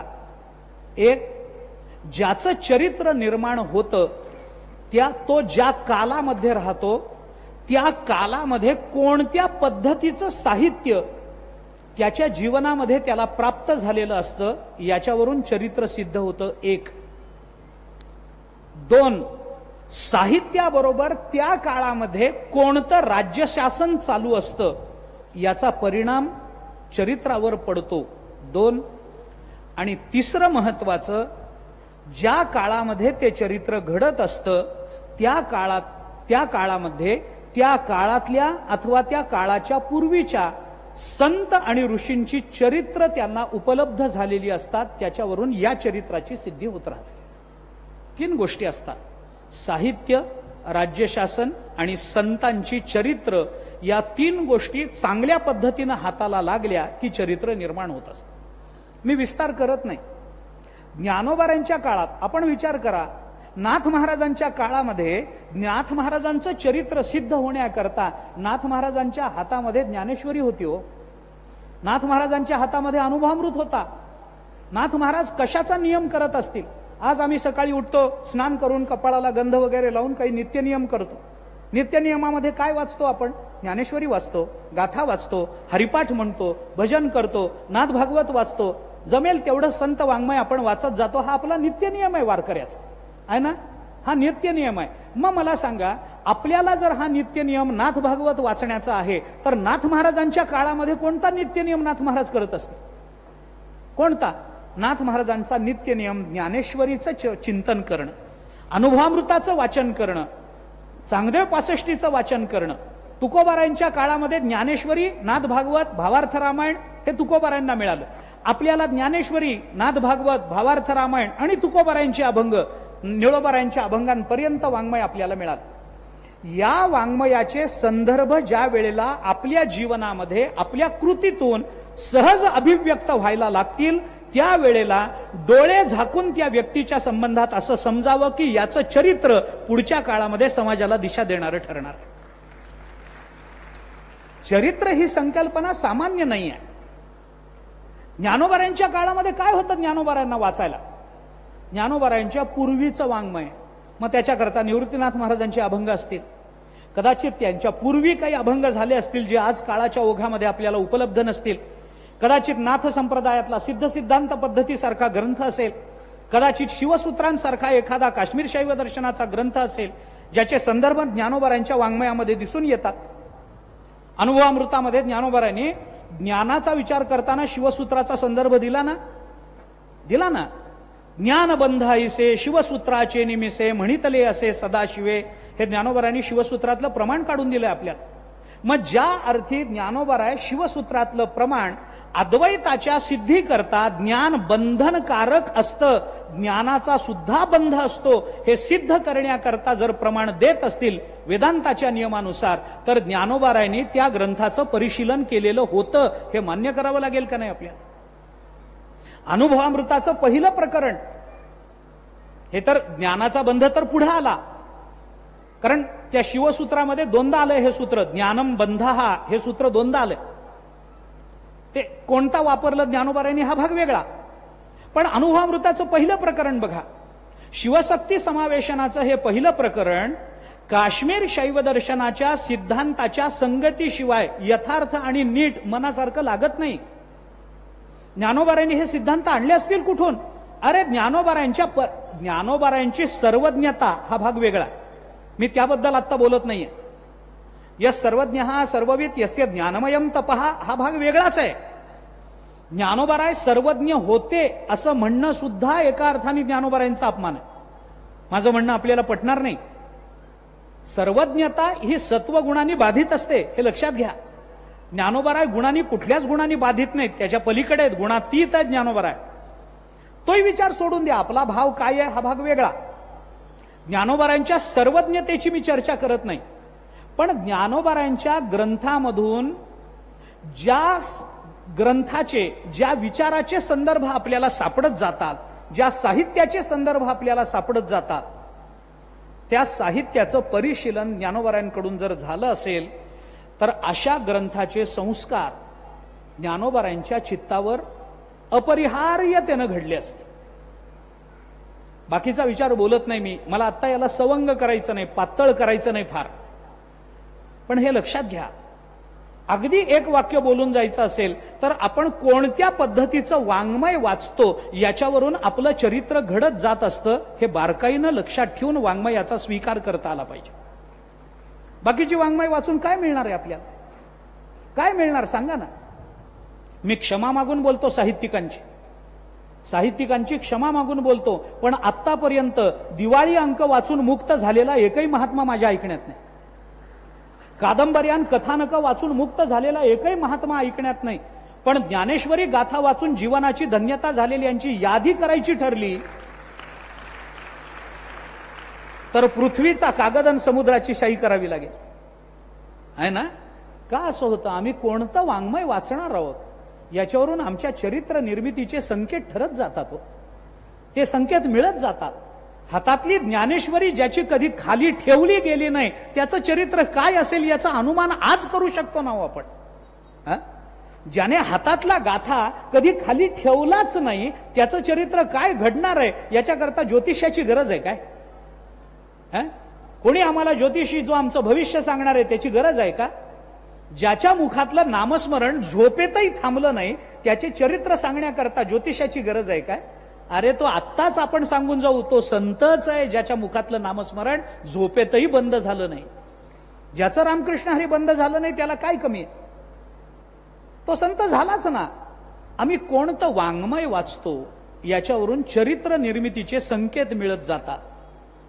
ज्ञानोबारायांच्या ग्रंथांमधून येणारे आपल्याला या साहित्याचे संदर्भ बघा, कोणत्याही अर्थाने, तत्वज्ञानाच्या दृष्टीने बघा, समाजशास्त्राच्या दृष्टीने बघा, मानसशास्त्राच्या दृष्टीने बघा, साहित्याच्या दृष्टीने बघा, सगळे बघा. मी आपल्याला जाता जाता म्हणून गंमत सांगून जातो. ज्ञानोबारायांनी फक्त ज्ञानेश्वरी घ्या आपण आता डोळ्यासमोर. ज्ञानोबारायांनी ज्ञानेश्वरीमध्ये जे साहित्यशास्त्रीय अलंकार वापरलेत, ऐका, जे साहित्यशास्त्रीय अलंकार ज्ञानोबारायांनी वापरलेत ते अनेक आहेत. संस्कृत मराठीतले अत्यंत दुर्लभ दुर्मिळ असणारे अलंकार ज्ञानोबारांनी लीलया सहजतेनं वापरलेले दिसून येतात. अलंकाराचा विचार करताना शब्दालंकार तर सोडून द्या, मर्यादित प्रकार आहेत, पण अर्थालंकाराचा विचार करताना सुद्धा काव्य प्रकाशाने 42 अलंकार सांगितले. ज्ञानोबारांनी जवळजवळ सगळे वापरलेत. इतकं ज्ञानोबारांच्या साहित्य दृष्टीची व्यापकता आहे. मला तेही सांगायचं नाही, पण मला असं सांगायचंय, मला असंही म्हणायचं नाही की ज्ञानोबारांनी कुठला तरी साहित्यशास्त्रीय ग्रंथ बघितला असेल मग अलंकाराचं हे लक्षण आहे, हे लक्षण आपल्या ग्रंथामध्ये आलं पाहिजे म्हणून अशा पद्धतीचा अलंकार निर्माण केला पाहिजे असं म्हणून ज्ञानोबारांनी निर्मिती केली नाही. मला हसू येतं कधी कधी. असं झालं असेल का हो की तुकोबाराय काहीतरी दिवसभरामध्ये काहीतरी साधना करून आले असतील, त्यांना काही अनुभव आला असेल आणि मग रात्रीच्या वेळेला जेवण झाल्यावर तुकोबाराय कागदाचा गठ्ठा घेऊन बसले असतील आणि मग एक एक अभंग लिहित बसले असतील. मग या अभंगाचं यमक जमलं नाही म्हणून कागद चोळामोळा करून टाकून दिला असेल, दुसरा कागद. असं झालंय? अरे तुका तरी सहज बोले वाणी, त्याचे घरी वेदांत वाहे पाणी, है ना? तुकोबाराय बोलतात. काय आहे त्यांना ही निर्मिती? अरे सहज आहे, सहज आहे. ज्ञानोबारांनी अलंकार निर्माण केले नाहीत. मी आपल्याला एक कल्पना सांगतो. ही कल्पना जरी कल्पना वाटत असेल तरी ही वस्तुस्थिती नसेल कशावरून, हाही माझा प्रश्न आहे. ऐका, आपल्याला ही कल्पना वाटेल, साहित्यिकांनाही वाटेल, पण ही वस्तुस्थिती नसेल कशावरून असाही माझा प्रश्न आहे. ज्या वेळेला ज्ञानोबाराय ज्ञानेश्वरी सांगायला बसले असतील नेवाशामध्ये, सच्चिदानंद बाबा लिहून घ्यायला बाजूला आहेत, समोर निवृत्तीनाथ महाराज आदी प्रभृती आहेत, श्रोतागण बसलेला आहे आणि या संस्कृत प्राकृतातल्या साहित्यातले, प्राकृत साहित्यातले सगळे अलंकार ज्ञानोबारांच्या व्यासपीठाजवळ गोळाहून असं म्हणाले नसतील कशावरून की महाराज तुमच्या ज्ञानेश्वरीमध्ये एकदा वापरा आमच्या जीवनाचं कल्याण. म्हटलं नसेल कशावरून? कशावरून म्हटलं नसेल? उत्प्रेक्षेला वाटलं असेल, उपमेला वाटलं असेल, दृष्टांताला वाटलं असेल, कारण ज्ञानोबारांनी हे सांगून दिलंय, ज्ञानदेव सांगे दृष्टांताची मात. मी सांगतो तुम्हाला, कोण सांगेल दुसरं? कोण सांगेल? तपे विण दैवत दिधल्या विण प्राप्त, गुजे विण ही तर कोण सांगे? ज्ञानोबारांच्या लक्षात आलं कोणीच न सांगे. मग ज्ञानोबाराय म्हणाले शेवटी ज्ञानदेव सांगे. कोण सांगेल दुसरं? सांगा ना. आपल्या हिताची परिभाषा, आपल्या हिताच्या भूमिका ज्ञानोबारांशिवाय कोण सांगू शकेल? ज्ञानदेव सांगे. पण कसं सांगे? दृष्टांताची मात. म्हणून मी आपल्याला थोडं स्पष्ट त्या दृष्टीने बोलतो. कशा करता? संदर्भ वेगळा आहे, कदाचित विषयांतर होण्याची शक्यता नाकारता येत नाही, पण मनाला आवरून मी एवढं सांगतो. काव्य प्रकाशाने काव्याच्या निर्मितीच्या प्रयोजनांचा विचार करताना ज्या 6 प्रयोजनांची भूमिका आपल्या समोर मांडली त्याच्यामध्ये काव्यम यशसे अर्थकृते व्यवहारविदे शिवेतरक्षतये सद्यः परनिर्वृत्तये कांता संमित तयोपदेश युजे हे आपल्याला त्यांनी सांगितलं. हे सांगितलं आपल्याला. याच्यामध्ये काय काय सांगितलं? काव्यम यशसे अर्थकृते व्यवहारविदे शिवेतरक्षतये सद्यः परनिर्वृत्तये कांता संमित तयोपदेश युजे. 6 प्रयोजनं सांगितली. गंमत याच्यात आहे, आपण काव्य प्रकाशावरची टीका बघा, याची गंमत याच्यात आहे की याच्यातलं यशसे आणि अर्थकृते ही 2 प्रयोजनं सोडली तर उरलेली 4ही प्रयोजनं ही स्वतः मम्मटांनी संत वाङ्मयातून काव्य प्रकाशामध्ये योजली. कारण ही 4ही उरलेली प्रयोजनं जेवढी संत वाङ्मयात सिद्ध होतात तेवढी अन्यत्र सिद्ध होत नाही. सोडून द्या विषय, विषयांतर होईल. साहित्याचा एक परिणाम चरित्र निर्मितीवर होतो. राज्य शासनाचा ज्ञानोबारांनी संदर्भ दिला. ज्ञानोबाराय संदर्भ देतात. राज्य शासन कोणतं चालू होतं? येथ यदुवंश विलासू सकळ कळा निवासू न्यायाते पोषी क्षितिषू श्रीरामचंद्र. ज्ञानोबाराय बोलून दाखवतात. आणि सगळ्यात महत्वाचं, ज्याचं चरित्र घडतं आहे त्याच्या जीवनकालामध्ये त्या काळातल्या अथवा त्या काळाच्या पूर्वी झालेल्या ऋषींची आणि संतांची चरित्र त्याच्या चरित्राच्या निर्मितीच्या प्रेरणा ठरत असतात. ज्ञानोबारांच्या पूर्वी कोणतं चरित्र ज्ञानोबारांना प्रेरणादायी ठरलं? वडिलांचं चरित्र आहे, मोठ्या भावाचं चरित्र, निवृत्तीनाथ महाराजांचं चरित्र आहे, गहिनीनाथांचं चरित्र आहे, गोरक्षनाथांचं चरित्र आहे, मत्स्येंद्रनाथांचं चरित्र आहे, आणि सगळ्याच्या पलीकडे जाऊन आदिनाथ गुरु सकळ सिद्धांता त्यांचं चरित्र ज्ञानोबारांच्या समोर उभं आहे. बघा विचार करू, हे पूर्वी झालेलं चरित्र आहे. तत्वदृष्टीने विचार केला तरी नाथ संप्रदाय दिसतोच. तत्वदृष्टीने दुसरा विचार केला तर ज्ञानोबारांच्या पूर्वी झालेल्या जगद्गुरु शंकराचार्यांचं चरित्र ज्ञानोबारांच्या समोर आहे. नाही असं नाही आहे. आपण चिंतन करा. मी थोडंसं उदाहरण देऊन जातो. आचार्यांचं चरित्रही विलक्षण आहे, त्याच्याबद्दल कुणाच्याही मनामध्ये शंका घ्यायचं काही कारण नाही आहे. आचार्यांचं चरित्र हे सामान्य आहे, कुणीतरी काहीतरी मांडलेलं आहे, त्याच्यामध्ये चरित्रामध्ये लीला जास्त आहेत वगैरे वगैरे, याचा विचार आता करू नका, याचा विचार करू नका.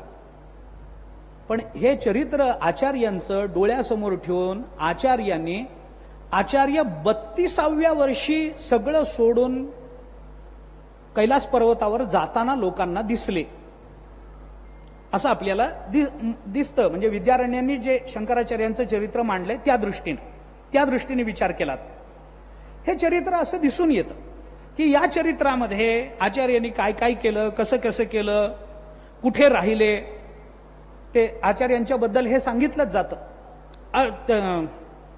8 वर्षे चतुर्वेदो द्वादशे सर्व शास्त्रविद. 8 वर्षाचे असताना आचार्यांनी सगळी वेद मुखोद्गत केलेले होते. 12व्या वर्षी आचार्यांनी सगळी शास्त्र आचार्यांना ज्ञात होती. षोडशे कृतवान भाष्यम. 16व्या वर्षी आचार्यांनी भाष्य केलं. आता इथपर्यंत चरित्र. 16व्या वर्षी आचार्यांनी ब्रह्मसूत्र आणि उपनिषदांवर भाष्य केलं. हे आचार्यांचं चरित्र. 16व्या वर्षी ज्ञानोबारायांनी गीतेवर भाष्य केलं. याच्याशी जुळणारं नाहीये का? विचार करा ना. आचार्य 16व्या वर्षी ब्रह्मसूत्रावर भाष्य करतात, आचार्य 16व्या वर्षी उपनिषदांवर भाष्य करतात, आचार्य 16व्या वर्षी भगवद्गीतेवर भाष्य करतात, तर ज्ञानोबाराय सुद्धा 16व्या वर्षी भगवद्गीतेवर भाष्य करतात. ज्ञानोबाराय स्वतः 16व्या वर्षी, किती गंमत आहे बघा, 16व्या वर्षी स्वतःला आलेल्या परमात्म स्वरूपाच्या यथार्थ अनुभवावर भाष्य करतात. ज्ञानोबाराय 16व्या वर्षी चांगदेवांच्या परिपूर्णतेकरता मध्ये येणाऱ्या प्रतिबंधावर भाष्य करून ज्ञानोबाराय चांगदेवांना प्रतिबंधमुक्त करतात. हे 16व्या वर्षीच ज्ञानोबारायांनी केलंय. आदर्श कुणाचा असेल? मागे घडलेल्या चरित्रांचा असेल, पण त्याच्यात थोडा फरक आहे. मला ज्ञानोबारायांचं चरित्र अधोरेखित करायचंय थोडं आपल्या दृष्टीने, तुमच्या माझ्या दृष्टीने. मला क्षमा करा या विधानाबद्दल क्षमा करा, पण तरी मी बोलतो, क्षमा मागून बोलतो. आपली सगळ्यांची, वेदांताचा अभ्यास करणाऱ्या सगळ्यांची, आचार्य चरित्राबद्दल ज्यांच्या अंतःकरणामध्ये निस्सीम भाव आहे, आपल्याही आहे, नाही असं नाही, माझ्या पण आहे, पण तरी क्षमा मागून बोलतो. ज्ञानोबारायांनी 16व्या वर्षी भाष्य केलं, आचार्यांनी 16व्या वर्षी भाष्य केलं, पण कल्पना म्हणून म्हणतो, कल्पना. पण ज्ञानोबारायांनी केलेली ज्ञानेश्वरी जर जगद्गुरु शंकराचार्यांनी वाचली असती तर आचार्य ज्ञानोबारायांना म्हणाले असते, मलाही इतकंच रसाळन सोपं लिहायचं होतं, पण जमलं नाही. 16व्या वर्षीच, दोघांचंही वर्ष 16 आहे, याच्यात मला तरतम भाव दाखवायचा नाहीये, कारण ते दोघे एकाच परमात्म्याचा अवतार आहेत. आचार्य ज्ञानोबाराय वेगळे नाही आहेत आपल्या दृष्टीने. आपण वेगळं करू तर आपल्याला पाप लागेल त्याचं, पण वैलक्षण्य बघायचं असेल तर अशा पद्धतीच्या कल्पना करता येतील. याच्यात कदाचित कुणाला वाटत असेल आचार्यांना तुम्ही कमी दाखवलं, तर माझा तसा भाव नाही हे मला आपल्याला सांगू द्या. माझ्या अंतःकरणात तसा भाव निर्माणही होणार नाही. अरे आचार्य आचार्यच आहेत. ज्या ज्ञानोबारायांनी ज्या आचार्यांच्या पावलावर पाऊल ठेवून भाष्य केल्याचं वर्णन केलंय, स्वतः भाष्यकारा ते वाट पुसतू म्हणतात ज्ञानोबाराय, अयोग्यही मी न पवतू के जाईन. त्या ज्ञानोबारायांची आचार्यांशी तुलना करणं सर्वथा गैर आहे, म्हणून मी तुलना केलेलीच नाही. मी वैलक्षण्य दाखवलंय कृतीतलं. वयाच्या साधर्म्यात, वयाच्या साम्यात कृतीचं वैलक्षण्य काय सिद्ध करता येऊ शकेल या संबंधानं फक्त बोल. विचार करा. मी याच्याही पलीकडे सांगतो, अहो जाऊ द्या, आचार्यांचाही जाऊ द्या. आचार्यांनी ज्ञानोबारांनी ज्या भगवद्गीतेवर भाष्य केलंय ना, ती भगवद्गीता निर्माण करणारे भगवान श्रीकृष्ण त्यांनी जर ज्ञानेश्वरी वाचली तर ते ज्ञानोबारांजवळ येऊन म्हणतील मला असंच सांगायचं होतं, अर्जुनाला पण जमलं नाही म्हणून. आचार्य सांगतील नवल काय? भगवान सांगतील अरे बाबा मलाही असंच सांगायचं होतं पण जमलं नाही. मग ज्ञानोबाराय म्हणतील म्हणून तर माझ्या रूपाने तुम्ही आला. हे नंतर. पण 16व्या वर्षी षोडशे कृतवान भाष्यम याच्या पुढं मात्र वैलक्षण आहे. द्वात्रिंशे मुनिरभ्यगात असं आचार्यांच्या बद्दल बोललं जातं. 32व्या वर्षी आचार्य आपल्या जीवनातलं सगळं कार्य करून कैलास पर्वतावर जाताना लोकांनी बघितले. त्याच्या पुढे आचार्यांचं चरित्र माहिती नाही, माहित नाही. जे चरित्र सांगितलं जातं ते एवढंच आहे, कारण आजही आचार्य आहेच आहेत, प्रश्नच नाही. भगवान शंकर कैलास पर्वतावरून खाली उतरताना आचार्यांच्या रूपात खाली उतरले, कार्य केलं, आणि आचार्यांचं कार्य झाल्यानंतर पुन्हा भगवान शंकरांच्या रूपामध्ये कैलास पर्वतावर आचार्य स्थित झाले. पण त्याच्याकरता आचार्यांना, आचार्य मुळातच अल्पायू होते. 8च वर्षाचं वय त्यांना विधिलिखिताप्रमाणे आहे. पण नंतर वाढत गेलं व्यासांच्या कृपेनं, भगवान शंकरांच्या कृपेनं वाढलं वय. आचार्यांचं चरित्र ऐका, वाचा आपण. आणि 32व्या वर्षी आचार्य कैलास पर्वतावर स्थित झाले. पण याच आचार्यांचं चरित्र आदर्श रूपानं डोळ्यासमोर ठेवणारे ज्ञानोबाराय मात्र 32 वर्षापर्यंत थांबले नाहीत. 21व्या वर्षी आपल्या आळंदीमध्ये ज्ञानोबाराय तुमच्या माझ्या कल्याणाची, जगताच्या कल्याणाची आजीवन व्यवस्था करून संजीवन समाधीस्थ झाले. आचार्यांना 32 लागले, ज्ञानोबारायांना 21 पुरून गेलं. कशाने झालं? आचार्यांचं चरित्र डोळ्यासमोर आदर्श रूपानं ठेवूनच झालं. ऋषींची चरित्र, महात्म्यांची चरित्र डोळ्यासमोर ठेवली की त्या चरित्रातून आपल्या जीवनामधल्या जीवन मूल्यांच्या प्राप्तीच्या प्रेरणा या जाग्या होत असतात. याच्याकरता म्हणून या 3 गोष्टी चरित्र निर्मिती करता कारण ठरतात, असा विचार आपल्याला करता येईल. एक विचार या चरित्राच्या अनुषंगानं थोडासा बोलून पुढे जाणार आहे, थोडंसं त्या संबंधामध्ये बोलतो. हे चरित्र जगत, ज्ञानोबारायांच्या चरित्राचा विचार करताना कशातून हे चरित्र आपल्याला प्राप्त होतं? हे ज्ञानोबारायांचं चरित्र आहे. कशातून मिळतं? ज्ञानोबारायांच्या चरित्राचा सगळ्यात मोठा आधार आहे नामदेवरायांचे अभंग. याच्यापेक्षा मोठा आधार नाहीच आहे. कारण नामदेवराय समकालीन आहेत. समकालीन असल्यामुळे त्यांच्या अभंगांना यथार्थता तर आहेच आहे, पण त्याच्यातून जी चरित्र मांडणी नामदेवरायांनी तुमच्या माझ्यासमोर केली तोच मुख्य आधार म्हणून आपल्याला बघावा लागतो. नंतर अनेकांनी त्या चरित्रावर विचार केला, चरित्राचा विस्तार केला. नामदेवरायांच्या चरित्राचा विस्तार करून त्या चरित्रामध्ये आणखीन काही आपल्या दृष्टीने अजून काही चांगल्या गोष्टी आपल्याला सांगितल्या. काही संशोधन झालं, काही विचार झाला, काही तर्क झाले, काही कल्पना मांडण्यात आल्या. पण हे सगळं करताना जेव्हा एखाद्या संतांचं चरित्र आपण पाहतो तेव्हा समकालीन संतांच्या वाङ्मयाचा जसा तत्संबंधाने आधार आपल्याला असतो तसा दुसरा मोठा आणि तेवढाच सहज आधार आपल्याला असतो, तो म्हणजे त्या संतांनी आपल्या जीवनामध्ये केलेली वाङ्मय निर्मिती. ज्ञानोबारायांचं चरित्र कशावरून अभ्यासायचं? नामदेवरायांच्या चरित्रामध्ये घटनाक्रम दिसेल, नामदेवरायांच्या चरित्रातून ज्ञानोबाराय आपल्याला कळतील, हा भाग वेगळा आहे. पण ज्ञानोबारायांच्या स्वाभाविक गुणांची अभिव्यक्ती कळायची असेल, जाणून घ्यायची असेल तर त्याच्याकरता मुख्य आधार काय आहे? त्याच्याकरता आधार आहे ज्ञानेश्वरी, त्याच्याकरता आधार आहे अनुभवामृत, त्याच्याकरता आधार आहे चांगदेव 65, त्याच्याकरता आधार आहे हरिपाठ, त्याच्याकरता आधार आहे ज्ञानोबारायांच्या विरहिण्या, त्याच्याकरता आधार आहे ज्ञानोबारायांचे अभंग. याच्यातून ज्ञानोबाराय आपल्याला उलगडत जातात, कळत जातात. मूळ नामदेवरायांचे अभंग तर प्रमाणभूत आहेतच आहेत. ज्ञानेश्वरीमध्ये अशा काही ओव्या आहेत ज्या ओव्यांमधून ज्ञानोबारायांचा स्वभाव पटकन कळून जातो. त्या उज्ज्वल नीलमणीमध्ये एक विचार बोलून दाखवण्यात आलाय. वचनेषुच, ऐका, वचनेषुच बुद्धौच स्वभावेच चरित्रतः आचारे व्यवहारेच ज्ञायते हृदयम नृणाम. उज्ज्वल नीलमणीमध्ये जीव गोस्वामीने हा विचार मांडला. विचार काय आहे की जायते हृदयम नृणाम, माणसाचं हृदय जर जाणायचं असेल, ज्ञायते, जर माणसाचं अंतःकरण जाणायचं असेल, ज्ञायते हृदयम नृणाम, तर हे हृदय जर जाणायचं असेल तर त्याच्याकरता 6 गोष्टी बघाव्यात. ऐका, काय काय बघावं त्याच्याकरता. त्यांनी सांगितलं वचनेषुच बुद्धौच स्वभावेच चरित्रतः आचारे व्यवहारेच ज्ञायते हृदयम नृणाम. 6 गोष्टी बघा. आता ह्याच्यात काय काय बघा, कसं कसं बघा, सगळा विस्तार मला करायचा नाही. पण मला ज्ञानोबारायांचं चरित्र पाहताना हे चरित्र कुठं कुठं आपल्याला दिसू शकतं. असं आहे, संतांचं वाङ्मय आणि संतांचं चरित्र या एका नाण्याच्या 2 बाजू असतात.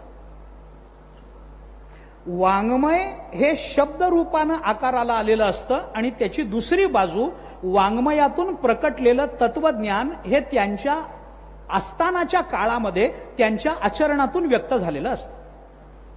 मी उदाहरण सांगतो आपल्याला. संतांचं वाङ्मय आणि संतांचं चरित्र यांना आपल्याला कुठल्याच अर्थानं कुठल्याच काळामध्ये वेगळं नाही करता येणार. तुकोबारायांचं चरित्र बघताना गाथा सोडून तुकोबारायांचं चरित्र बघता येईल का? बघता येईल का? कसं बघता येईल? गाथा सोडून तुकोबारायांचं चरित्र जसं नाही तसं ज्ञानेश्वरी सोडून ज्ञानोबारायांचं चरित्र नाही ना. चरित्र निर्माण करताना त्यांनी जे वाङ्मय निर्माण केलं बघा, आपण विचार करून, ज्ञानोबाराय तुकोबारायांनी जी ज्ञानेश्वरी गाथा तुमच्या आमच्या हातामध्ये दिली काय आहे?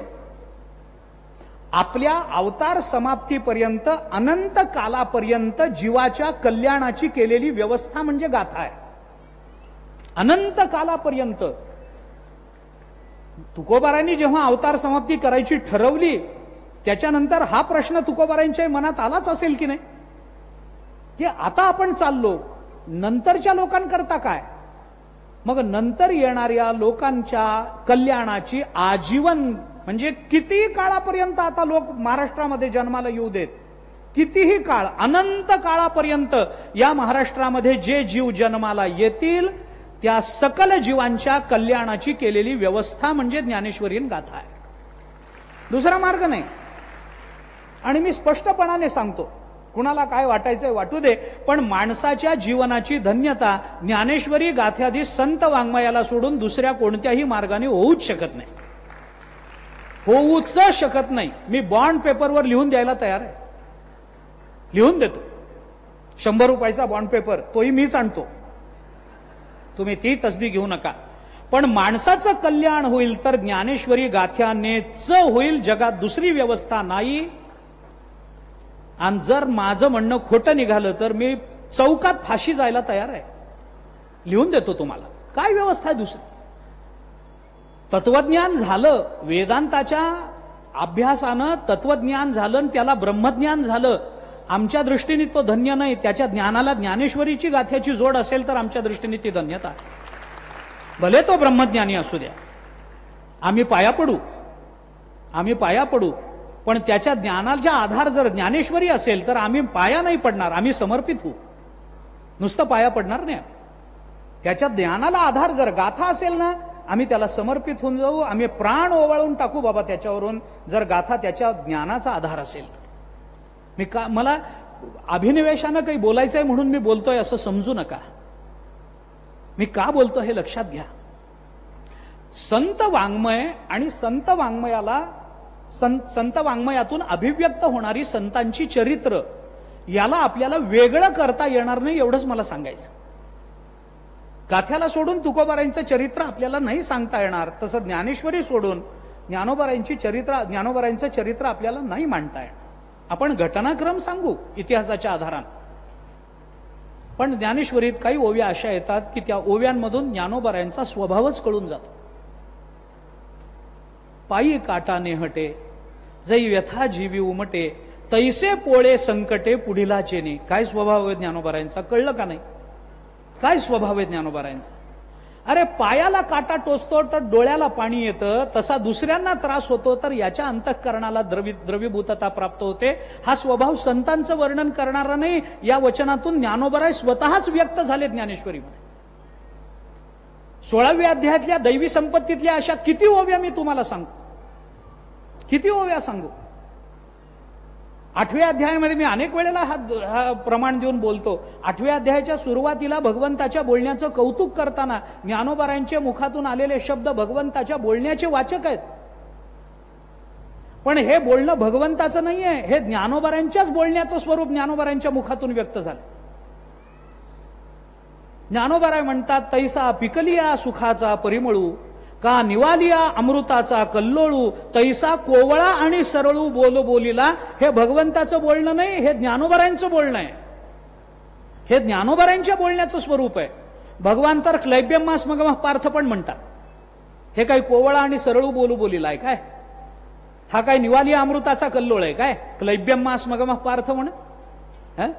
अरे अर्जुना, तू क्लीब आहेस म्हणाले भगवान. क्लीब, क्लीब शब्दाचा अर्थ कळतो ना आपल्याला? क्लीब शब्दाचा अर्थ होतो षंढ. षंढ तरी कळतं का? ही जडा, कळलं का? बस झालं, संपलं. इतकं स्पष्ट जर भगवान बोलत असतील तर याला कोवळा आणि सरळू बोलू बोलीला म्हणता. पण ज्ञानोबारायांनी क्लीब शब्दाचा अर्थ असा केला नाही ना. ज्ञानोबाराय जे बोलले ते बघा. जगद्गुरु शंकराचार्यांनी सुद्धा भाष्य करताना 2ऱ्या अध्यायाच्या 11व्या श्लोकालाच उपोद्घात दिला. पहिल्या अध्यायामध्ये काय आहे, पण ज्ञानोबाराय पहिल्यापासून भाष्य करतात. ज्ञानोबारायांच्या दृष्टीनं धृतराष्ट्र सुद्धा आपल्याकरता महत्वाचाच आहे. ज्ञानोबारायांच्या स्वभावाचं अजून एक चिंतन सांगतो मी आपल्याला. कसा स्वभाव व्यक्त होतो बोलण्यातून, कसं चरित्र व्यक्त होतं. निवालिया अमृताचा कल्लोळ ज्ञानोबारायांचं बोलणं आहे. साच आणि मवाळ, मितुले आणि रसाळ, किंवा मितुले आणि सरळ शब्द जैसे कल्लोळ अमृताचे. भले ज्ञानोबारायांनी केलं असेल वाचिक तपाचं वर्णन 13व्या अध्यायामध्ये, पण हे वर्णन कुणाचं आहे? आटू वेगू विंदाणू आशा शंका प्रतारणू हे संन्याशिले अवगुणू जिया वाचा, हे वर्णन कुणाचं आहे? अरे ज्ञानोबारायांच्या बोलण्यात हे दोष कधीच येत नाहीत. विचार करा आपण, हे चरित्रच आहे ज्ञानोबारायांचं. एवढं सगळं झालं, एवढी सगळ्या गीतेवरचं भाष्य झालं, सगळ्यांनी केलं.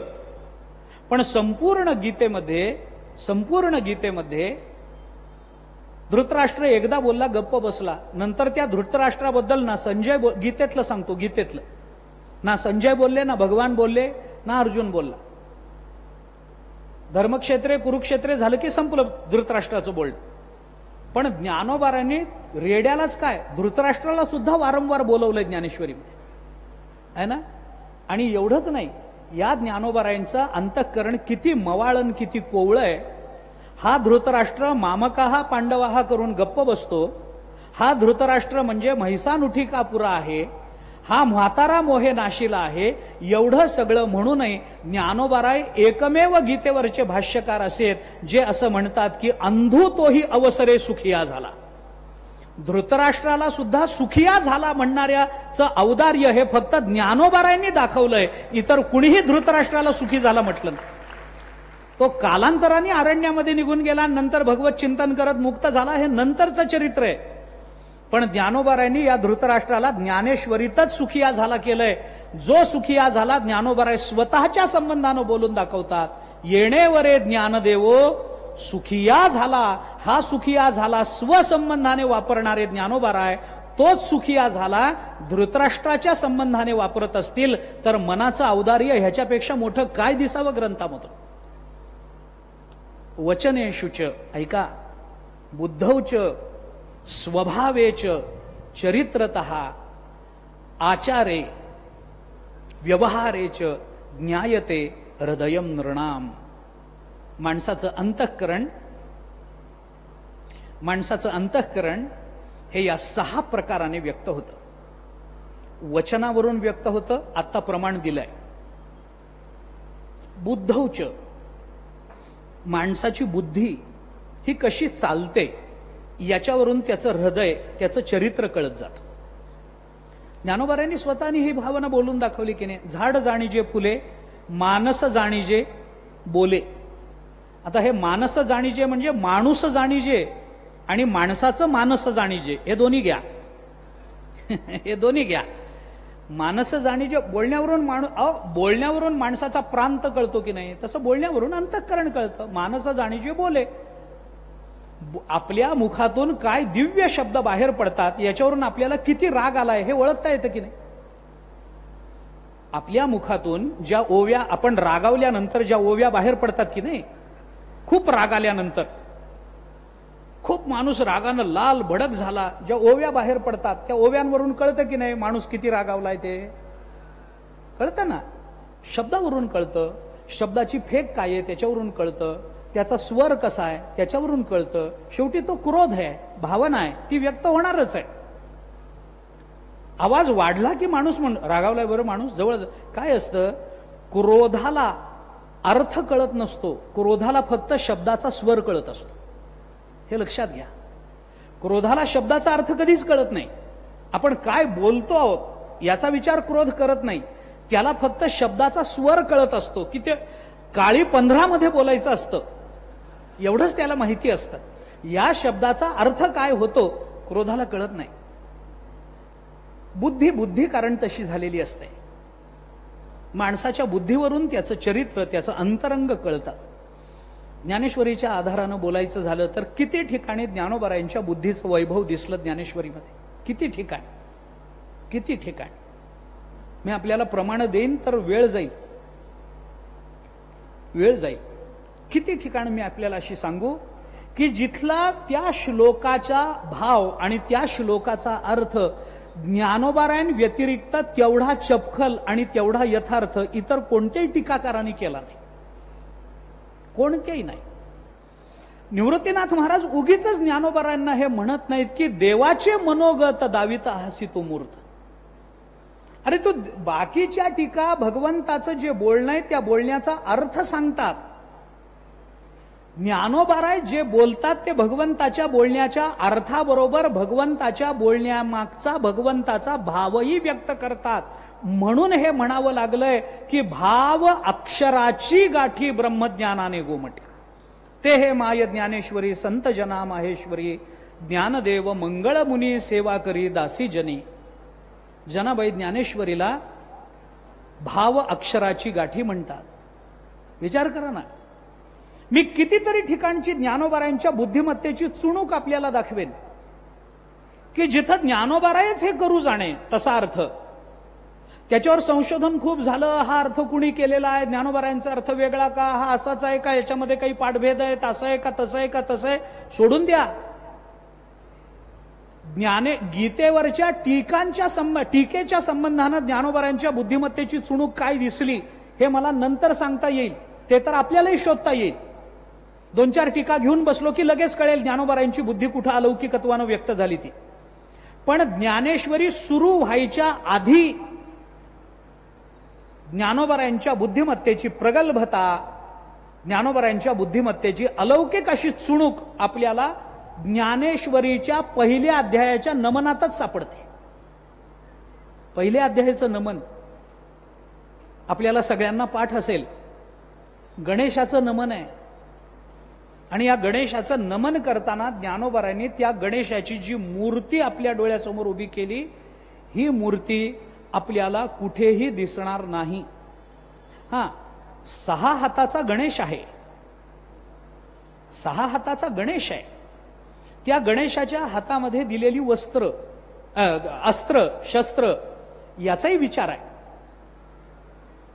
असं आहे, ज्ञानोबारायांनी जी गणेशाची मूर्ती आपल्याला पहिल्या अध्यायामध्ये मांडून दिली ती बिहार मधल्या वैजनाथ क्षेत्रामध्ये उपलब्ध आहे. आजही आहे. गणेशाचं तिथलं जे मंदिर आहे तो 6 हाताचा गणेश आहे. त्याच्या हातामध्ये हे सगळं आहे. त्याचा क्रम वगैरे काही ज्ञानोबारायांनी बदलला, हा भाग वेगळा. परंतु अशी मूर्ती ते काय आहे, आपण जरा पुराणांचं चिंतन केलं आणि गणेशाचं चरित्र बघितलं, इतिहास बघितला तर आपल्याला लक्षात येतं. कृत, त्रेता, द्वापार, कली या युगांच्या संबंधाने कृतयुगामध्ये 6 हाताचा गणेश 8 हाताचा गणेश आहे. त्रेतायुगामध्ये 6 हाताचा गणेश आहे. द्वापार युगात चतुर्भुज गणेश आहे आणि कलियुगातला गणेश 2 हाताचा होणार आहे. पण आपल्याला अजून द्वापार युगच संपलं नाही. आपल्या दृष्टीने आपण चतुर्भुज गणेशाचीच उपासना करत आलोय. कारण काय असतील ती असोत, पण ही संगती आपल्याला गणेश चिंतनामध्ये लावून दिली जाते. मला त्याबद्दलही बोलायचं नाही. ज्ञानोबारायांनी षोडश भुज गणेशाचा विचार केलाय. हा विचार करताना ज्ञानोबारायांनी गणेश म्हणून त्याचा विचार केला. गणेश ही देवता आहे, वैदिक देवता आहे. वैदिक देवता असल्यामुळे ती परब्रह्म रूप आहे, हे वगैरे सगळं आपल्याला मान्यच आहे. ज्ञानोबारायांनी त्याच्यामध्ये पहिल्यांदाच पहिल्या ओवीमध्ये ओम नमोजी आद्या वेद प्रतिपाद्या जय जय स्वसंवेद्या आत्मरूपा देवा तूची हा चकार वापरून ज्ञानोबारायांच्या बुद्धीची अलौकिकता आपल्याला जाणवायला लागते. ज्ञानेश्वरीच्या दुसऱ्याच ओवीपासून, दुसऱ्याच याच्यामध्ये तूच चकार वापरण्याचं कारण काय? तूची देवा तूच गणेश. तूची म्हणजे कोण? ची म्हणजे आधी आलेला जो आद्या वेद प्रतिपाद्या जय जय स्वसंवेद्या आत्मरूपा. आद्य वेद प्रतिपाद्य स्वसंवेद्य आत्मरूप तूच गणेश आहेस. तो गणेश तूच आहेस असं म्हटलंय. सामानाधिकरण्य केलंय. बाध सामानाधिकरण्य न करता मुख्य सामानाधिकरण्य चकार व्यावृत्तीपूर्वक असल्यामुळे बाधाचा विचार करायचा नाही, कारण बाध सामानाधिकरण्यामध्ये व्यावृत्ती करावी लागते. इथं तूची चकार वापरला की आपोआप व्यावृत्ती होतेच. त्यामुळे ती व्यावृत्ती आपल्याला पुन्हा करायचं कारण नाही. मुख्य सामानाधिकरण्य म्हणून बघा, इथून विचार आहे वेदांत दृष्टीने. आता हे सगळं सांगत जाईन तर कंटाळा येईल, तर थोडं पुढे जातो. नंतर मग ज्ञानोबारायांनी जे सगळं मांडलंय, शब्द ब्रह्माशेष तेची मूर्ती सुवेश जेथ वर्णवपू निर्दोष निरवितासे स्मृती तेची अवयव देखा अंगिक भाव तेची लावण्याची ठेव अर्थशोभा अष्टादश पुराणे तीची मणिभूषणे पदपद्धती खेवणे प्रमेय रत्नांची पदबंध नागर तेची रंगाथिले अंबर साहित्यवाणे सपूर उजाळाचे देखा काव्य नाटका जे निर्धारिता सकौतुका त्याची ऋणझुणती क्षुद्र घंटिका अर्थध्वनी. हे सगळं पहा. नाना प्रमेयांची परी निपुणपणे पाहता कुसरी दिसती उचित पदे माझारी रत्ने भरी तेथ व्यासादिकांची मती तेची मेखला मिरविती चोखाळपणे झळकती पल्लव सडका देखा षडदर्शने म्हणिपती तेची भुजांची आकृती म्हणून विसंवादे धरिती आयुधे हाती तरी तरकू तोची फरशू नीतिभेदू अंकुशू वेदांतु तो महारसू मोदकू मिरवे एके हाती दंतू तो स्वभावता खंडितू तो बौद्ध मत संकेतू वार्तिकांचा मग सहजे सत्कार वादू तो पद्म करू वरदू धर्म प्रतिष्ठा तो सिद्धू अभय असतू देखा विवेकवंतू सुविमळू जेथ शुंडा दंडू सरळू तेथ बोधामृती महासुखाचा. हे सगळं चिंतन बघा. कुठपर्यंत? उपरी दशोपनिषदे जिये उदारे ज्ञान मकरंदे तिये कुसुमे मुकुटी सुगंधे शोभती भली अकार चरण युगुल उकार उदर विशाल मकार महामंडल मस्तकाकारे हे तिन्ही एकवटले जेथ शब्द ब्रह्म कवळले ते मिया गुरुकृपा न मिले आदिबीज. या आदिबीजापर्यंत ज्ञानोबारायांनी गणेशाचं चिंतन केलं. आदिबीज, हा आदिबीज शब्द काय वापरला? ओम नमोजी आद्या, तिथला आधी इथं आलंय. परत उपक्रम उपसंहाराची एकवाक्यता ज्ञानोबारायांनी आपल्या नमनामध्ये केली. ही बुद्धिमत्ता लौकिक नाही, हे लक्षात घ्या. याच्याकरता बोलतोय मी. हे ज्ञानोबाराय आहेत. 4 पुस्तकं वाचून कादंबरी लिहायला घेणारा माणूस नाहीये. हे ज्ञानोबाराय आहेत, हे लक्षात घ्या. भगवंताला सुद्धा ज्यांच्याबद्दल अत्यंतिक स्नेह, ज्यांच्या भेटीबद्दल अत्यंतिक स्नेह आणि ज्यांच्या समाधीमध्ये भगवंतानी बायको बरोबर डोळ्यातून पाणी काढावं असे ज्ञानोबाराय आहेत. साधं नाहीये हे प्रकरण. आद्यापासून आदिबीजापर्यंत ज्ञानोबारायांनी ज्या गणेशाचं चिंतन आपल्या समोर मांडलंय, मला सगळा विस्तार करायचाच नाही. आमचा चालूच आहे चातुर्मासामध्ये चालूच आहे. पण हे जे चिंतन ज्ञानोबारायांनी मांडलंय ना, हा ज्ञानोबारायांनी निर्मिलेला वाङ्मय गणेश आहे. हा वाङ्मय गणेश आहे आणि ही स्वतः एकट्या ज्ञानोबारायांची निर्मिती आहे. आणि जिथं जिथं निर्मितीचा विचार येतो तिथं तिथं बुद्धिमत्तेची अलौकिकता कळत जात असते. बुद्धी असल्याशिवाय निर्मिती नाही. ज्ञानोबारायांचंच प्रमाण सांगू मी आपल्याला. बुद्धी असल्याशिवाय निर्मिती चांगली होणार नाही. आणि जर निर्मिती व्यवस्थित असेल तर त्याच्याकरता बुद्धीच महत्वाची असते. ज्ञानोबरायांचं प्रमाण देऊन बोलतो मी आपल्याला. ज्ञानोबराय बोलतात, भूमी आतोनी स्वयंभ का घडे गाडगे याचे निघती कोंब, ते कुलाल मतीचे गर्भ उमटले की. मती असल्याशिवाय हे होणार नाही, निर्मिती होणार नाही, हे ज्ञानोबराय आपल्याला सांगतात. मती असल्याशिवाय निर्मिती नाही. म्हणून विश्वाची निर्मिती करणाऱ्या ब्रह्मदेवाला कवी म्हटलंय. भागवताचा पहिला श्लोक आहे. जन्माद्यस्य यतोन्वयादितरतश्चार्थेष्वभिज्ञ स्वराट तेने ब्रह्महृदाय आदि कवये मुह्यन्ति यत्सूरयः तेजो वारी यथा मृदाम यथा विनिमयो यत्र त्रिसर्गो मृषा धामना स्वेन सदा निरस्तकुहकम सत्यम परम धीमहि. हे बोलताना भागवताने आदि कवी म्हटलंय ब्रह्मदेवाला. इथला कवी शब्द काव्य करणारा नसून विद्वान या अर्थाने. का त्याला बुद्धिमान म्हटलंय? कारण तो निर्मिती करतो. निर्मिती ही बुद्धी असल्याशिवाय शक्य नाही. आणि वाङ्मय गणेशाची निर्मिती ही ज्ञानोबरायांची स्वतंत्र कलाकृती आहे. आत्तापर्यंतच्या कोणत्याही वाङ्मयाचा याच्यावर प्रभाव नाही. याचा प्रभाव अन्य सगळ्या ग्रंथांवर पडलेला आहे. हे ज्ञानोबरायांची ही वाङ्मय निर्मिती आहे. बुद्धी करता बोलतो, वचनेशुच बुद्धौच. ह्याच्याकरता काय चरित्र असतं, हे चरित्र कुठून कुठून कसं कसं प्रत्ययाला येतं. ज्ञानोबरायांच्या अक्षरातून ज्ञानोबराय उभे राहतात. हो, म्हणून तर ज्ञानेश्वरी आमच्या जीवनाचा आधार आहे. म्हणजे काय? म्हणजे ज्ञानोबरायच आमच्या जीवनाचा आधार आहे. दुसरं कोण आहे आम्हाला? आई म्हणण्यासारखं दुसरं कोण? ज्ञानोबराय आधार आम्हाला. असो, ज्ञानोबरायांच्या बुद्धीची अलौकिकता. 6 हाताचा गणेश कशा करता? त्रेतायुगातला गणेश ज्ञानोबरायांना कलियुगात का वापरावा वाटला? 6 हात कशा करता पाहिजेत? काही नाही, त्याला काय फार तार्किक कारण शोधू नका. फार त्याच्यामध्ये जाऊन फार काही गहन सापडवण्याचा प्रयत्न करू नका. ज्ञानोबरायांचा हेतू सरळ आहे. त्यांना 6 हाताचा गणेश पाहिजे, कारण भारतीय संस्कृतीमध्ये 6 शास्त्र आहेत म्हणून. दुसरं काही कारण नाही. 6 हातावर 6 आस्तिक दर्शनं ठेवता यावीत याच्याकरता 6 हाताचा विचार. नाथ महाराजांनी चिंतन करताना 4 हाताचा गणेश घेतलाय. आपण नाथ भागवत बघा. नाथ भागवताच्या मंगलाचरणामध्ये नाथ महाराजांनी काही 6 हाताचा गणेश घेतला नाही. तो चतुर्भुज गणेश घेतला, कारण त्यांना 4चं वेगळं चिंतन तिथं मांडायचं. ज्ञानोबरायांना 6 शास्त्र, 6 दर्शन या 6 हातावर ठेवायचे. आता याच्यामध्ये पुष्कळ अडचणी, पुष्कळ विचार, पुष्कळ गोष्टी सांगण्यासारख्या. याच्यामध्ये ज्ञानोबरायांनी चिंतन करताना काय काय चिंतन केलंय याचा विचार करा. याच्यामध्ये साहित्य आहे, याच्यामध्ये प्रमेय आहे, याच्यामध्ये वेदांत आहे, याच्यामध्ये ज्ञानोबरायांनी व्यासांचं सगळं जीवनचरित्र मेखलेच्या रूपानं मांडून टाकलंय. व्यासादिकांची मती त्याची मेखला कुठं राहते? मेखला गळ्यात नसते, कमरेला बांधावी लागते. ती मेखला आहे. त्या मेखलेचं काम काय वगैरे सोडून द्या, आमचा विषय होऊन गेलाय. ज्याला ऐकायचंय त्यांनी चातुर्मासात या. आमचे श्रोते आम्हीच वाढवले पाहिजे.